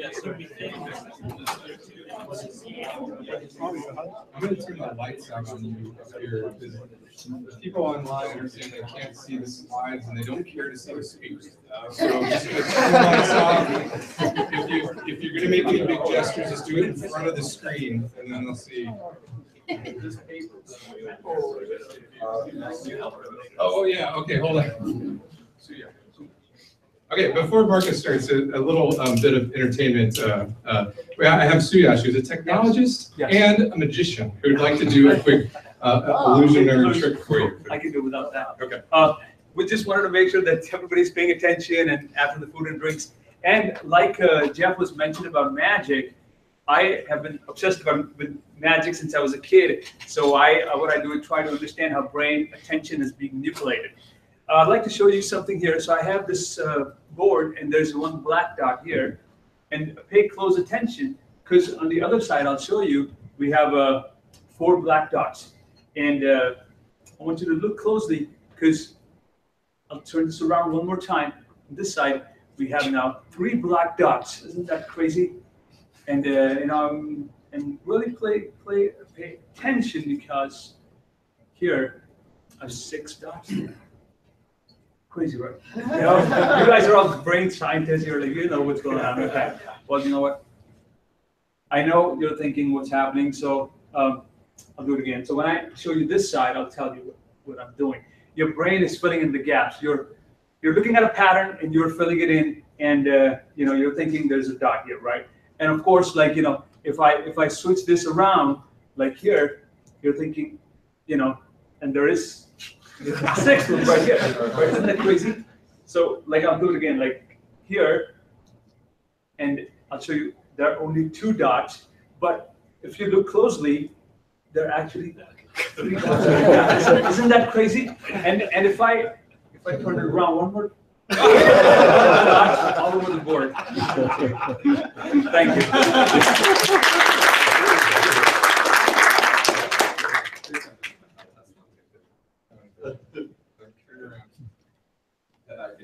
You do it. Just hit it once, it should turn green. Ooh. Can everybody not see Marcus? Okay, put your slide on and let me just make sure it comes across.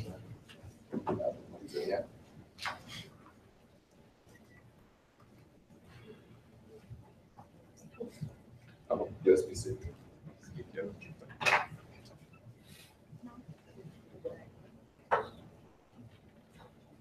I should have mentioned this. Marcus works for Numenta. He's a research engineer, and he's been studying allocentric location in the brain for a while now, and that's what he's going to talk about. So does this look good? Good enough. And everyone can hear me? Okay. Hey, everyone. My name is Marcus. I work for Numenta, and I'm here to present some of our latest research on location. This is unpublished research that builds on top of the paper that Jeff just presented. This presentation is called Recognizing Locations on Objects. Today, I'm going to start by describing the problem in context. That was cut off. Oh, well, that's fine. I can work with it. Okay. Maybe I change your display properties, actually. Change what? Your display properties, maybe there's something. Okay, I can do that. Sorry, everyone. It's like the doc. You may want to mirror. I'll mirror, that's a good idea.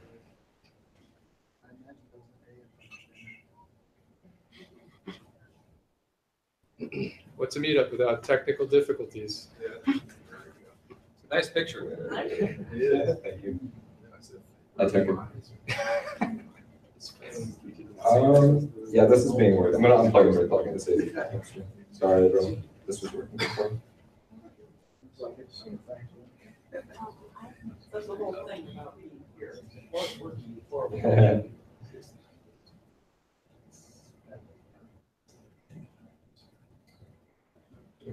I should have done this while I did the magic thing.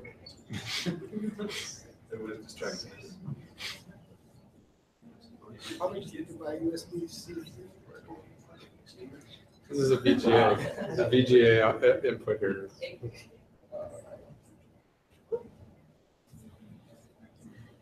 Is it not mirroring?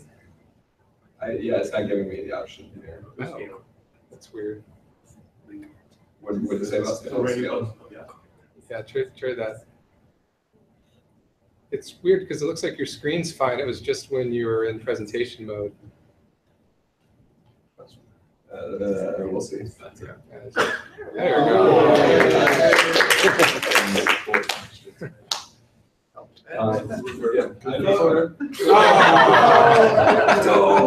This is fun, guys. Okay.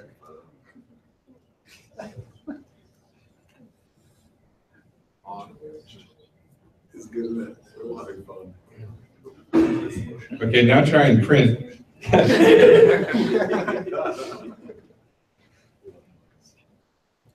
Hi everyone, my name is Marcus Lewis, and I'm presenting a talk called Recognizing Locations on Objects. And today I'm going to start by discussing the problem and context, reviewing some of what Jeff said. It's the problem of detecting locations relative to objects within the context of modeling objects. Then I'm going to talk about the magical cells that Jeff marketed, the grid cells. And those give us some nice clues into how the brain processes locations.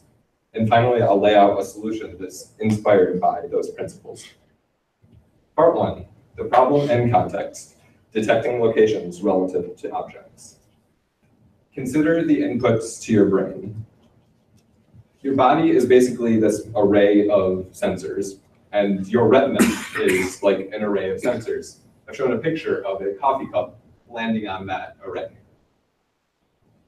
But with brains, it's really important to focus on the fact that sensors move, and movement is kind of very native to the system. The brain is very good at handling movement. It's very good at handling sensations that are separated by movements. The easiest example is when you look at something, your eyes are always moving around. When you're looking at this face, your eyes are doing this. Jeff talked about this briefly, that 3 to 5 times per second, your eyes just dart around. And yet you're not aware of this. The input to your brain is input, movement, input, movement, input, movement. And you just sense a stable image. And so the brain's very good at making sense of these sensory motor sequences. Another aspect to focus on the inputs to the brain, is that this array of sensors is made up of independent moving sensors. And so coffee cups don't just land on the array in some rigid way. They can land on your array of sensors in many different ways. And what these two aspects have in common is that they're examples of what the brain isn't learning. It's not, your brain can't just be memorizing sensory motor sequences. because when you look at something, your eyes don't just dart around, your eyes don't repeat the same process every time. And when you grab an object, it's going to land on, the features are going to arrange onto your sensory array in a novel way almost every time, even if the object is familiar. And so somehow the brain bridges this gap. It somehow takes in sensory motor sequences and from that builds a model of objects. And our latest paper, which Jeff has been discussing, it worked backwards from the idea of a model of objects, and it gave definition to what is a model of objects. And as Jeff pointed out, a model of objects is, well, here's a coffee cup, and here's an organism that has these moving sensors. As this organism moves its sensors over the object, it builds a model of the object by learning features at locations. For every sensation, when it's learning the object, it learns two things. It learns where the sensor was relative to the object and what it sensed. And in there, you heard me say the words relative to the object. It's allocentric, as Jeff said. These locations aren't relative to the body. It's not where is my hand relative to my body. It's where is my hand relative to the object. It's this blue location. And this is very important because it allows you to reuse this model in many other contexts. You can generalize over body position. If you sense this object from somewhere else, or if you sense it somewhere else relative to your body, you can continue using this same model, and you can continue building on the same model. And so those problems which I laid out of independent moving sensors are not really problems anymore. They become fairly easy to solve when you add this notion, that when you add the idea that every sensor has a location. We have a question? One quick question. Sure. So when you make the first sense you touch it one place, then the next place you touch it has to take into account the prior place. So there's a temporal thing that I don't hear anybody talking about anymore, but it seems to me like it should be there. The temporal part of it. It says motor sequences. Yeah. This is, I mean, is that part of it? I'll be able to show you a simulation of this working, and then I can fill in any blanks. This is a sequence of sensations at locations, and I'll show where the location comes from. And okay, so where I was.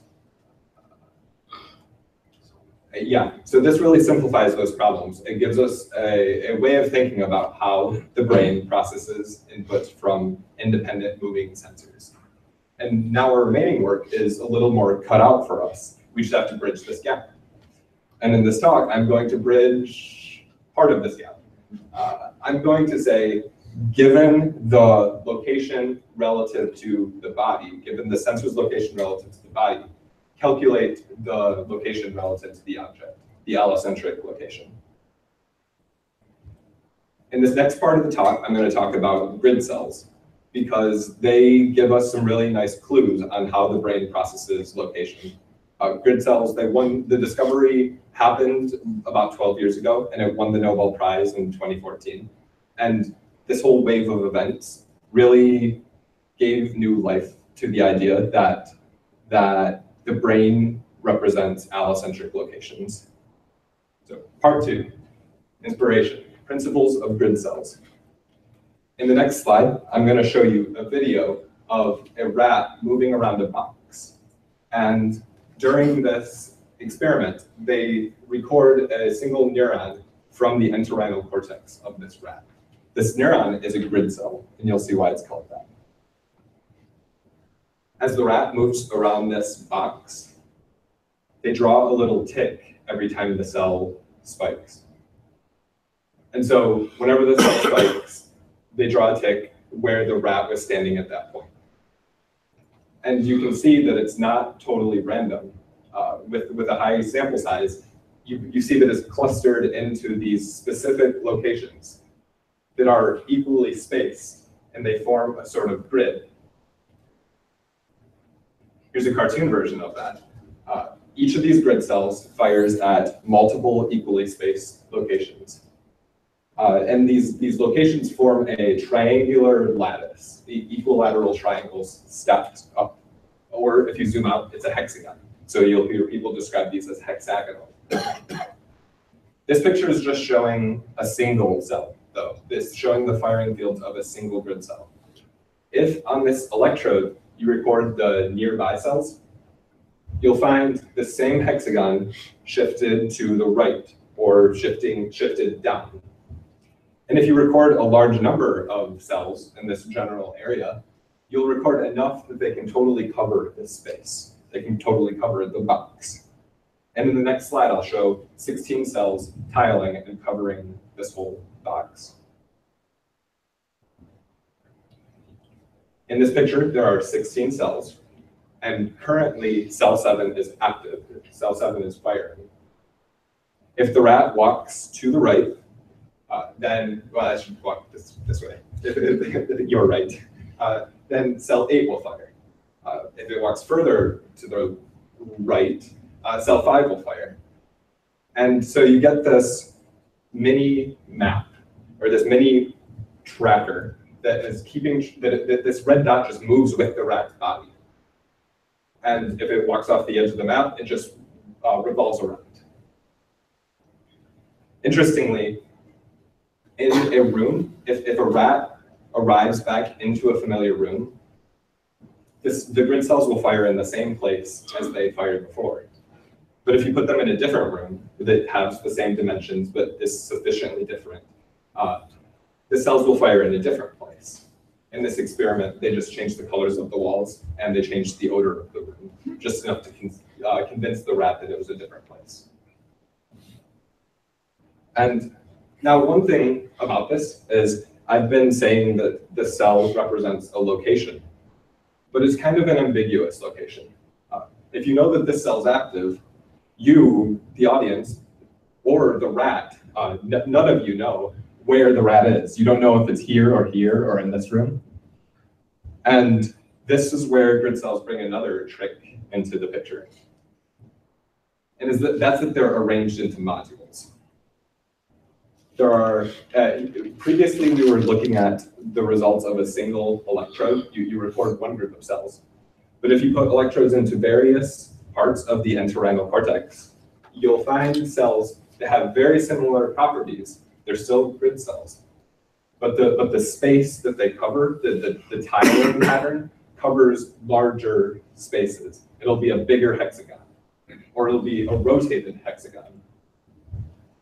And what's cool about this is that this combination, the combination of this cell firing, this cell firing, this cell firing, and potentially other modules, it can uniquely locate, it can uniquely represent a location, like a unique location, a location in a specific room.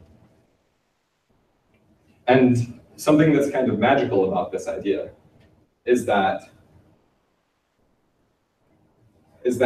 this system only needs to know how to move the red dots around on a module by module basis. And by doing that, it learns how to move around this enormous space of possible locations. It only needs to know how to do this, and then it can suddenly move around many, many unique locations. So to close this section of the talk, I'm going to give a cheat sheet on the principles of grid cells as we dive back into the problem of calculating an allocentric location. First of all, the grid cell activity moves between a fixed set of locations, and these locations are mapped onto the environment. The brain determines this location in two ways.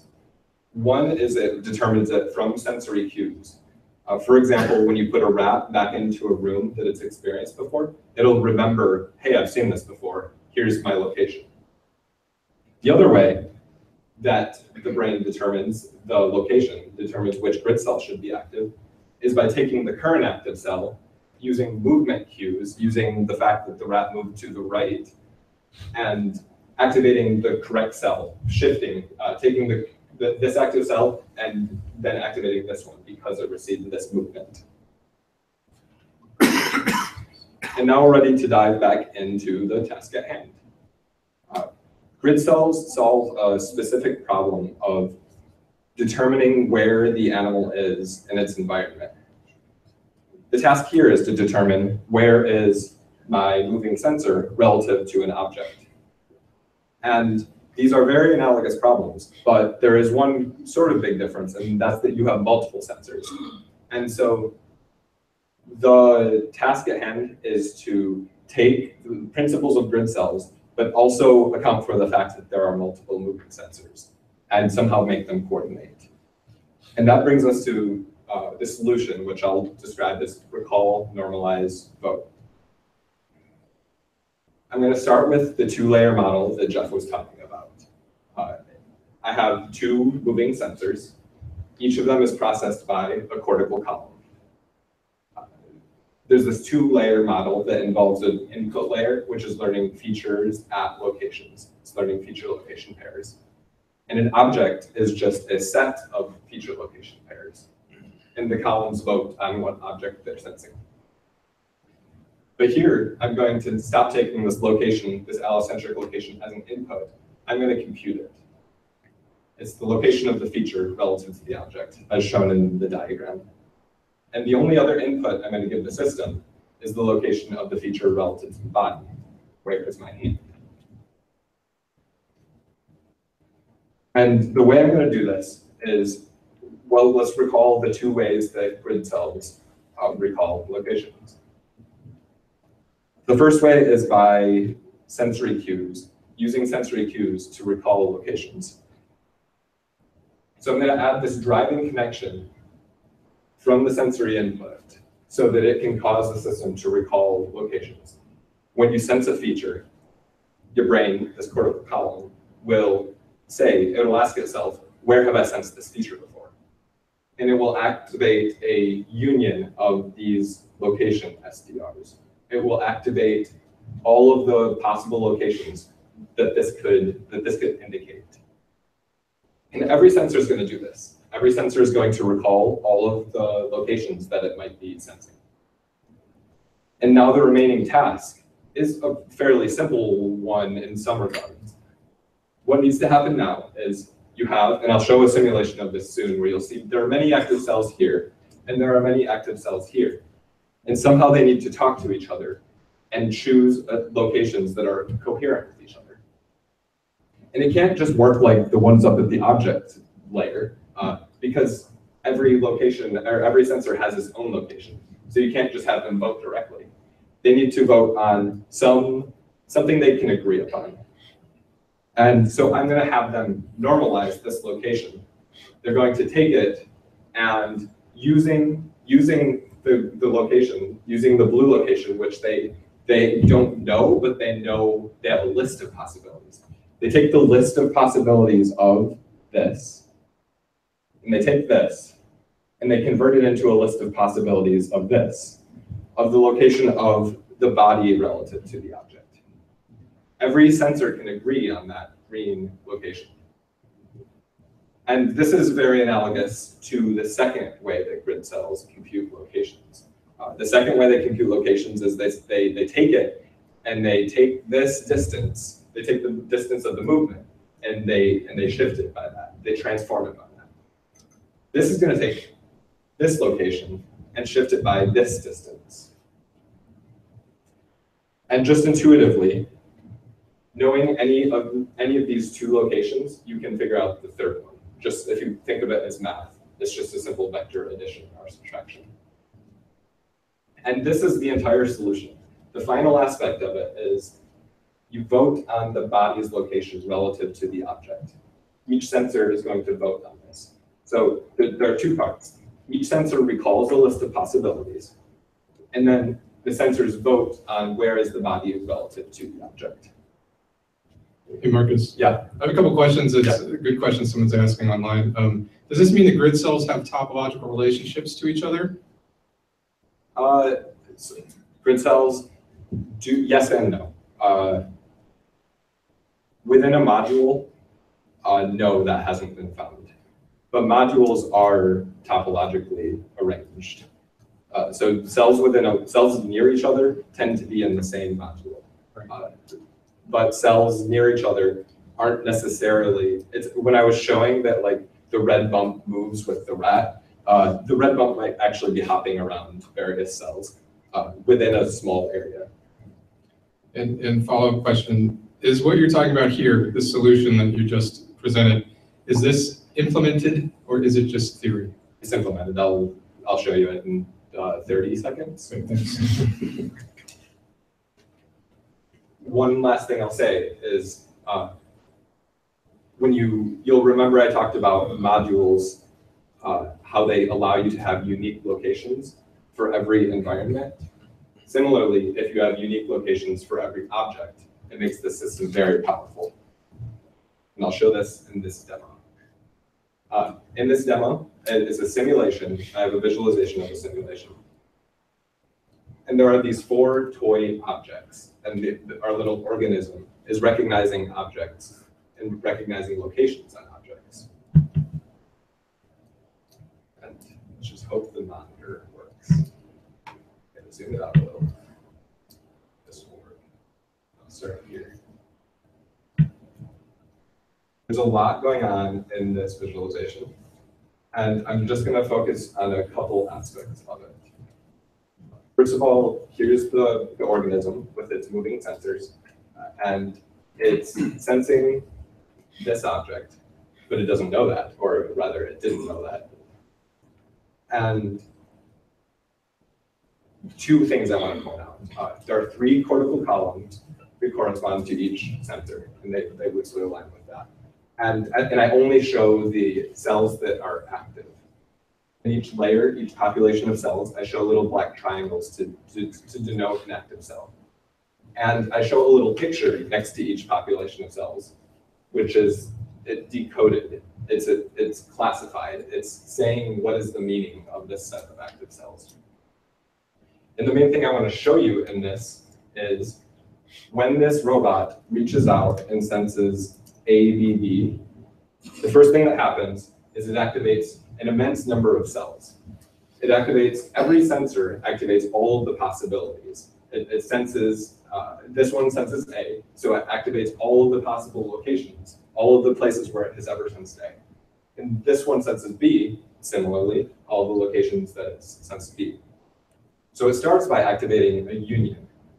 But then with just a little bit of time passing, it narrows to just the locations that are consistent across all of the sensors. And so the mental image here is big union, narrows. This solution very much takes advantage of unions.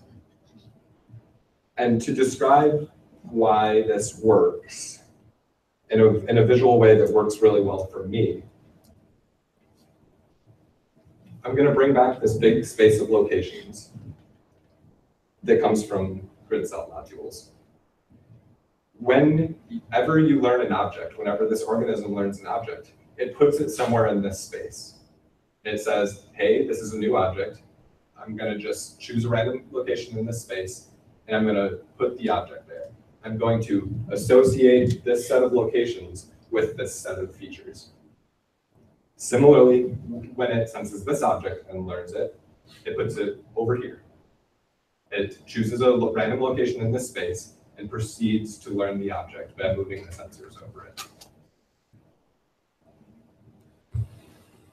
It uses the space to create maps of objects. And just so I'm clear, these are totally different maps. The distance between them isn't meaningful. It's not saying that this object is this far from that object. So the solution here is when it senses this object, each sensor votes on where the body is on this map. And so this top sensor says, I'm sensing A. That means the body could be here, here, here, here, here, or here. The second sensor is sensing B.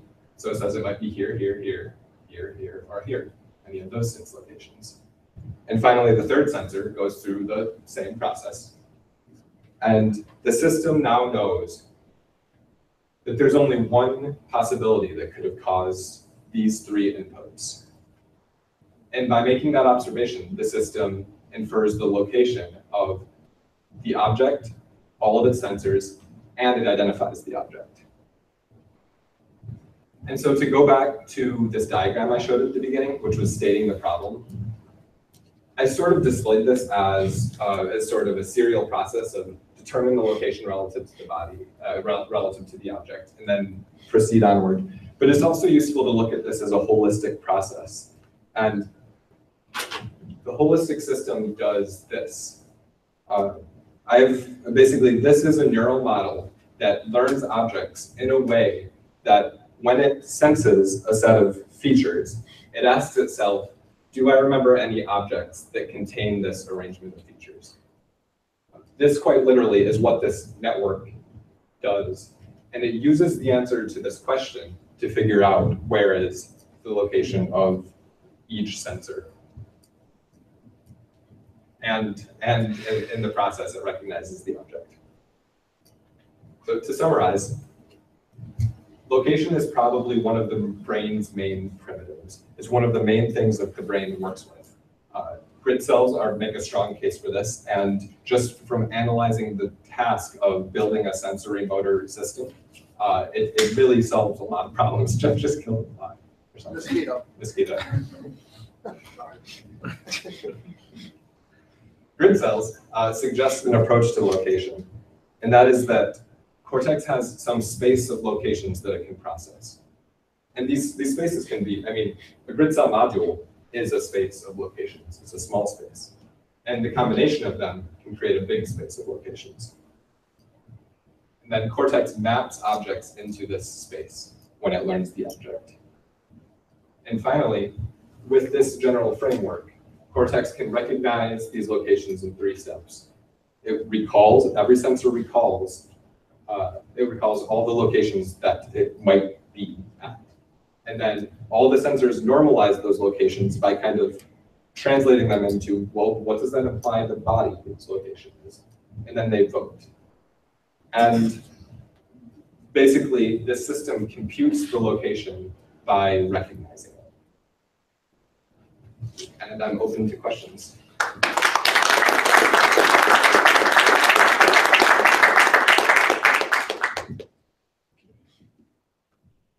Thanks. You talked a lot about the hexagonal grid and the rat experiments at the beginning. I didn't see any of that in your implementation of this model. So 2 questions, kind of. Is there any relation between those 2, and/or what's up with the hexagonal grid? What would cause that to form? So I didn't really hear an explanation of why that. Sure. That's good. Hexagons. Okay. So all of these, I didn't go too deep into the demo, but these location layers, the location of the body relative to the object, location feature relative to the object, they're all these over here. And you see I've drawn them into these little squares. And those squares are grid cell modules, or they're inspired by grid cell modules. They're not actually entorhinal cortex there, but they're the same type of, they use the same type of mechanism. And in this visualization, I'm glad I get to show this off. When I hover over these cells, it shows the firing fields of that cell. So this is saying that if this sensor is in any of these locations, this cell will fire. I use cells that are similar to grid cells, here, here, and here. And so they're all divided into these modules. In the modules, this one works with this one, which works with this one, and so on. The modules all work together on a modular basis. There's noise back there. So just that ties us back into where the hexagons come in. Now, at the same time, these aren't hexagons, these are squares. Because there's just not a theoretical reason in our heads that hexagons would be necessary. It's more just what biology chose. And the reason that's theorized for that is that I can show a picture, but I'll just describe it. The natural packing density for circles, if you just take a bunch of circles, put them together, they naturally stack into hexagons. The easiest example of this is a crate of oranges. If you picture a crate of oranges, they're stacked into hexagons. And at some level, any competitive process, if you have a bunch of neurons having some competitive process pushing each other away, hexagons form. And there's a long line of logic of how they would come from that, but that's the basics. I'm not just going to add on to that. It's a great explanation, Marcus, but I'm not. He might have been asking how do they form as opposed to why they're hexagons. Yeah, what sort of, So, how would I ever develop? So that's that's a separate question, and I'll just take it. They don't know. There are theories about it. Marcus has been going through those and talking about them in Numenta, but as far as we know, they don't actually know how that happens.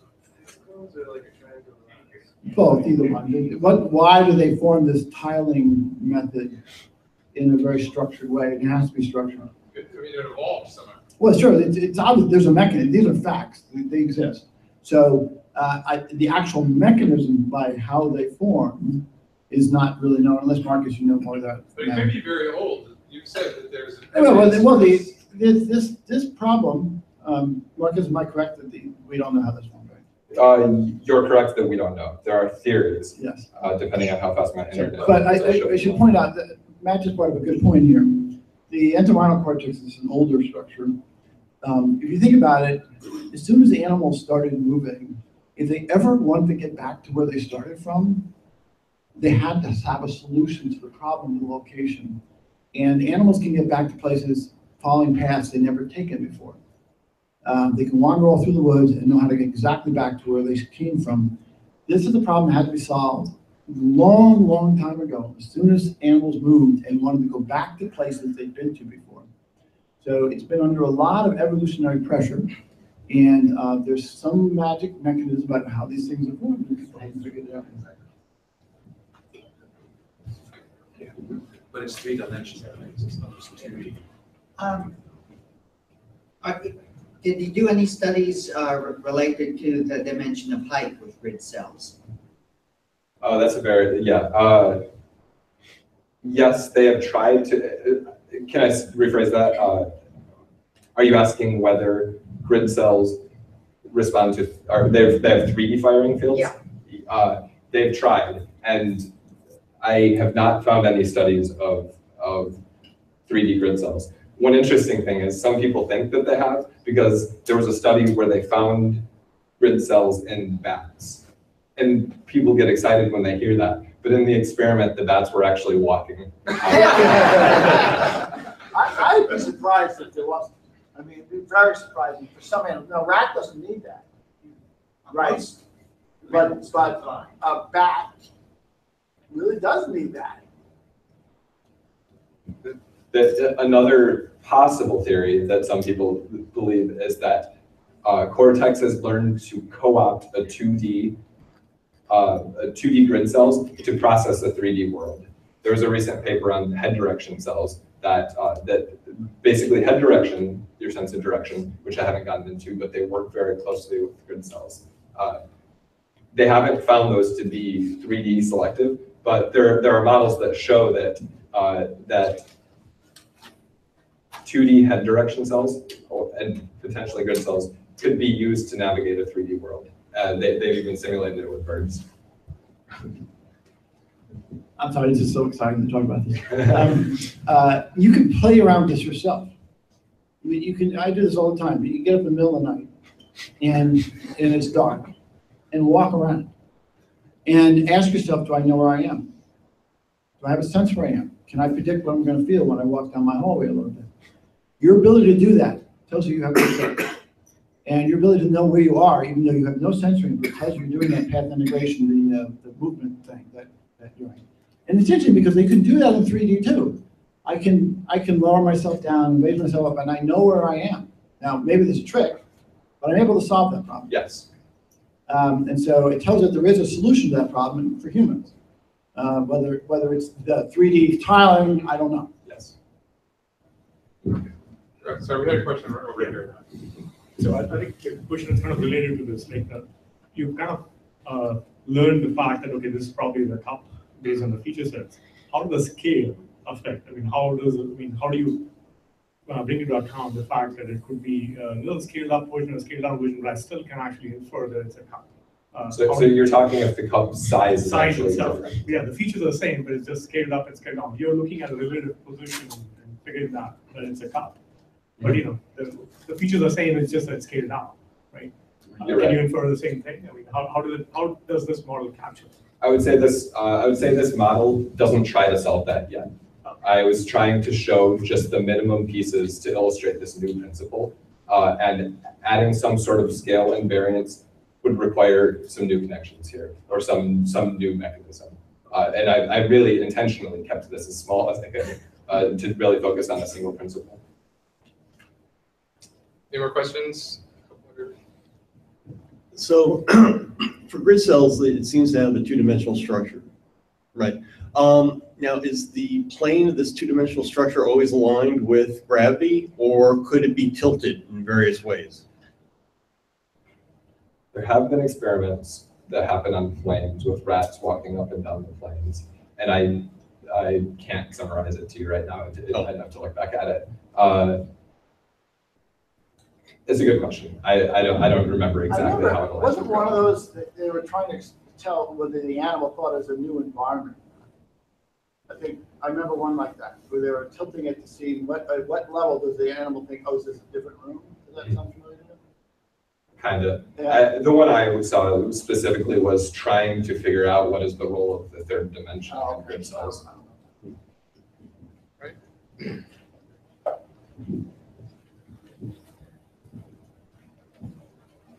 So you've explained how grid cells are used to map the location of our sensors, where you say basically, like, okay, the animal thinks the sensor is here in relative to their body, etc.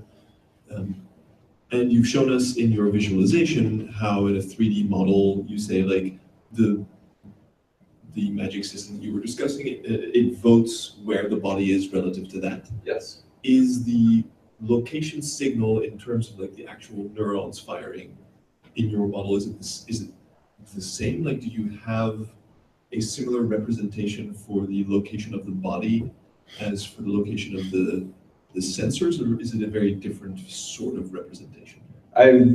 Well, in the, let's see, my screen turned on. Here, one of them, the location of the feature relative to the object looks like this. And the location of the body relative to the object looks like this. They're both, they look the same. But that comes from shifting each of these. It comes from shifting each of these sets of active cells by the number encoded by this active cell to get these active cells. But they look very similar. They're speaking the same language in some sense. Okay. Let's do two more questions and then we have to pack up. Would it be possible using VR goggles to make an experiment that could determine whether human grid cells can work in 3 dimensions? And what would that look like? May I open up your skull? What I'm thinking of is have some kind of, you put on these VR goggles and maybe you use your hands to go up and down or something like you're flying. But I'm wondering what would you do in a VR type situation to know if your grid cells are kind of able to tell that you're either higher or lower? Well, one answer to that is that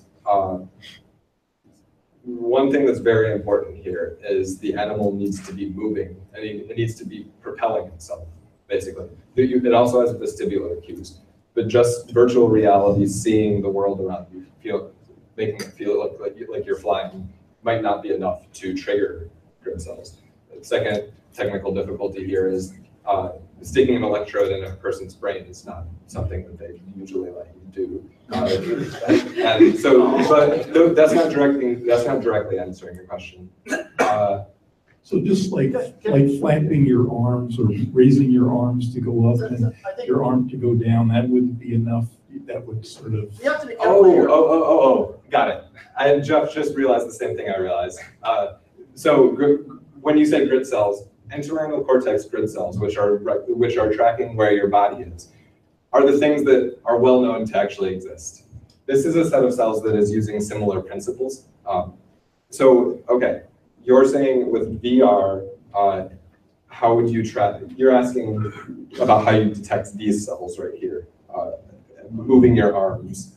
Well, I mean, you said before that it wasn't clear whether humans had this, whether these grid cells only worked in like a 2D plane or in 3 dimensions. And I'm just wondering. Both of my bosses are like, give me the microphone. So hold on a second. I realized something I have to ask. So it's a good thought. People have actually done this with, not with humans, but with monkeys. They have a 3D virtual environment and they allow the monkey to move around using a joystick. And with that, they've been able to replicate 2D grid cells. And I think this was shown just a few months ago at COSIDE. So I think they're working on exactly this question now, using the same paradigm to now see if we can detect 3D grid cells in monkeys. Because if you actually allow the animal to move around, it gets really difficult to record from all of these neurons. So if you can actually have the animal sitting and still navigating in a 3D environment like this VR thing, it makes the experimental paradigm much easier. I like that answer. I just want to remind ourselves, we're not studying grid cells. We're studying the cortex. And we want to understand how the cortex works. And so these are interesting questions for grid cells, but we're not going to do experiments with grid cells. In the cortex, it's clear, certainly from touch, from the tactile sense, that we move our fingers in 3 dimensions. So this has to work in the somatic sensory cortex. But we have to be careful when we talk about grid cells. Marcus say grid cell modules, but we mean that like they work like grid cell modules, but we're talking about the cortex. We're not the actual grid cell modules. Marcus made that point. So I just want to make a point. If you want to, when you ask this question, ask, are you talking about real grid cells or are we talking about what's going on in the cortex? Now I'm thinking about it, I don't see how cortex can avoid 3 dimension, at least in somatic sensory. Any other questions? We've been waiting patiently. Fascinating talk. Thank you. I like it too because it's intuitive to me the way the strategy works when moving around space and you're building a mental map. And it reminds me of techniques for strategy like backtracking. You're trying to reduce the search space and resolving areas where you keep open parts of the possibilities of where things in space might be located. So that's leading to my question. Has there been any research looking at rats trying to solve a maze while resolving the grid cells? They're laughing at this on an earlier version of this talk where I had a maze. Let's see. So you're asking though if you're asking for grid cell studies about rats moving in mazes. Yeah, exactly. So solving a maze. Yeah. Oh, and you're saying solving, like you're saying trying to find the route through and mapping a maze. I don't have a good answer to that. What I can talk about is recognizing a location in a maze, but solving a maze is just kind of beyond here. This isn't generating behavior of any kind. This is more just sensing what's out there. It's localizing itself. This could localize itself in a maze that it's been in before by using a sequence of inputs and its own movement to determine where it is. It could do that, but this can't solve mazes. It just would require you to add more pieces. We'd have to solve more of the cortical column. And keep in mind, we don't have a wet lab or anything at Numenta, so we are sort of reliant on the neuroscience research community to do continuing research. And we'll take any opportunity to prod them into directions we would love to see them go. But for the most part, the researchers are reading all the newest stuff that they can find and trying to figure out how intelligence works in the cortex. So I'm going to cut it off here. You guys can hang out and mingle until 10, and then I'll kick you all out at 10. Until then, thank you guys, everybody, for coming. This has been a really nice meetup. I see a lot of new faces. And thanks to our speakers, Jason Toy and Jeff Hawkins and Marcus Lewis. And I hope you guys have a nice night and drive safe, and I'll be around. So hang out, have some more snacks and drinks.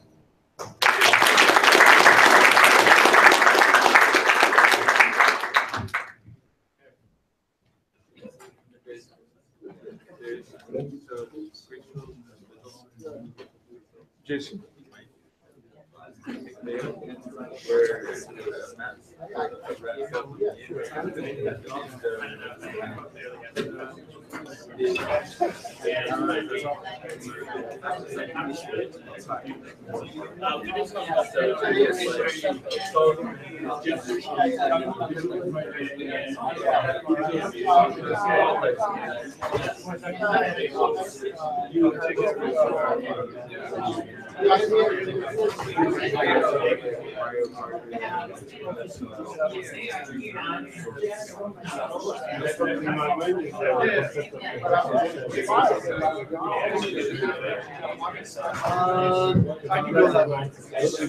If anybody came from ODSC and needs a ride back to the Hyatt, let us know and we're happy to drive you. I'm flagging down if you need a ride back to the Hyatt. Thanks.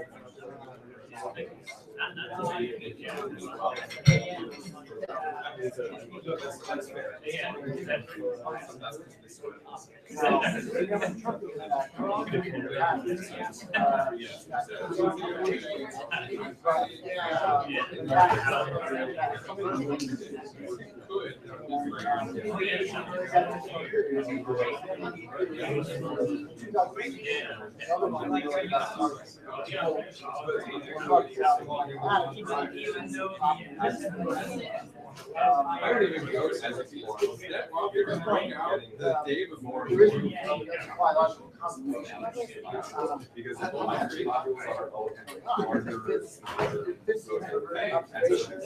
Jason, can I have your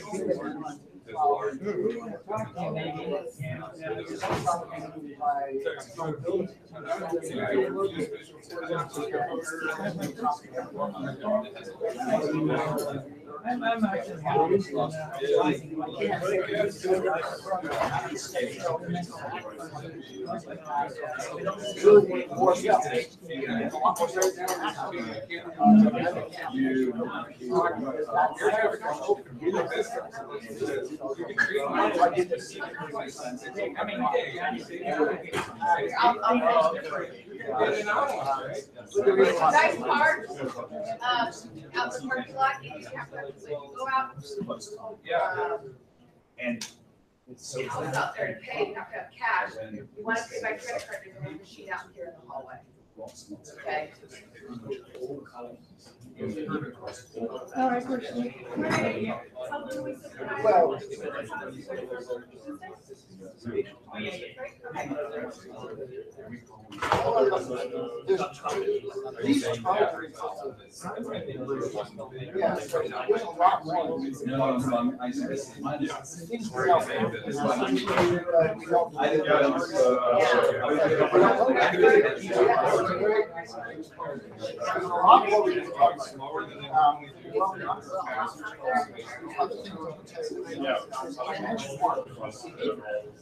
Every quarter.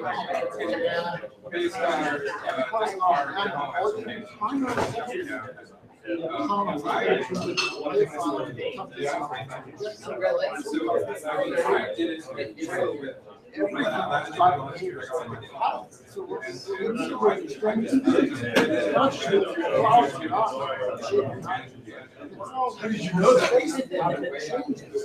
When you act or someone when you touch something you want to feel. Well, I'm talking about how objects change. Where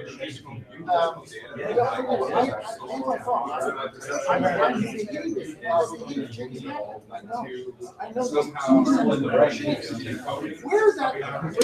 Those basic ideas are going to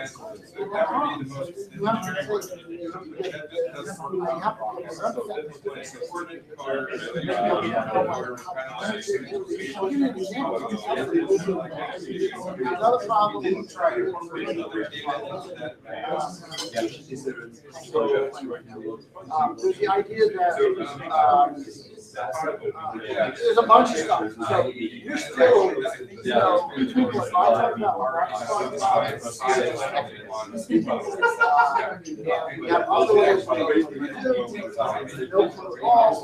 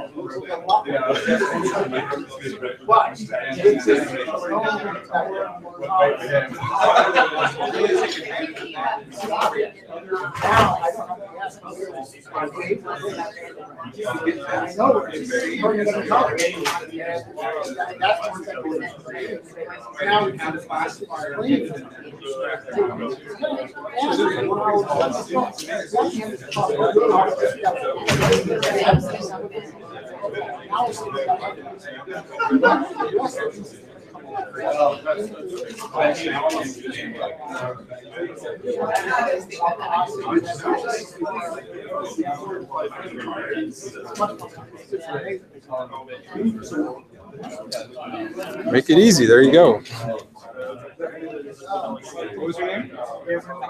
Gabriel. Nice to meet you. I really like the temporal. Because all animals move. Yeah. That's Well, that's right. And, That's very simple.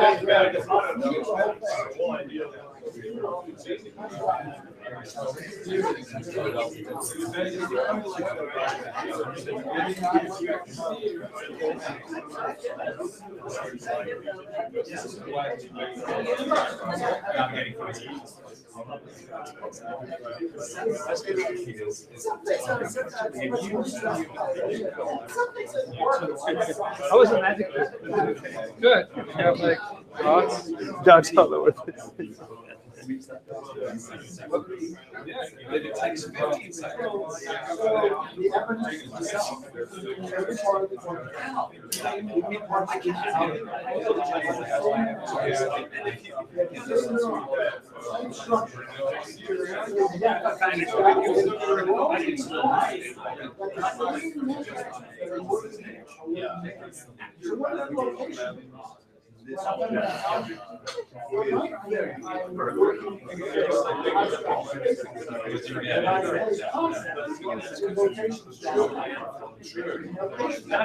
I've been watching your YouTube videos. Really good. Thank you. Just trying to understand. And your energy, I like that too. Thank you. Well, you know, I'm trying. I watch Siraj's videos, his machine learning videos. He's just a machine learning guy, and he makes all these videos about how all the convolutional neural networks and scans. And he even got one on capsules already. He mentions capsule paper. He's already got a video about how it all works. Is that the Indian dude? Yeah, with this hair. Yeah. Yeah, he's good too. He's got like way more followers. Let's talk about it. I make videos too, and I'm more on the creative side. And then we actually met at a creative artist. Oh, really? Yeah. Well, I love that. Generative algorithm and generative art. Oh, right. Different angles, more for artistic purpose. Right. And I'm trying to put stuff video on YouTube, and I introduce it to people in our community. And yeah, I'm about YouTube. Yeah, totally. I would be happy to share. Audience, like text content on YouTube. I'm still working out a lot of it. It's a lot. You know, honestly, it's been really fun because my whole career I've been in engineering, and now I'm like find myself doing mostly creative work, which is totally different and new. You exercise a whole new part of your brain. I know, so it's been a lot of fun. Yeah, I'm open to it. Yeah, it's amazing how much what you've done was overlapped with what we've had to do to tease out how it works. Good stuff. Let's get a photo Makes with us him. feel like we're all on the right track. Yeah, I think so.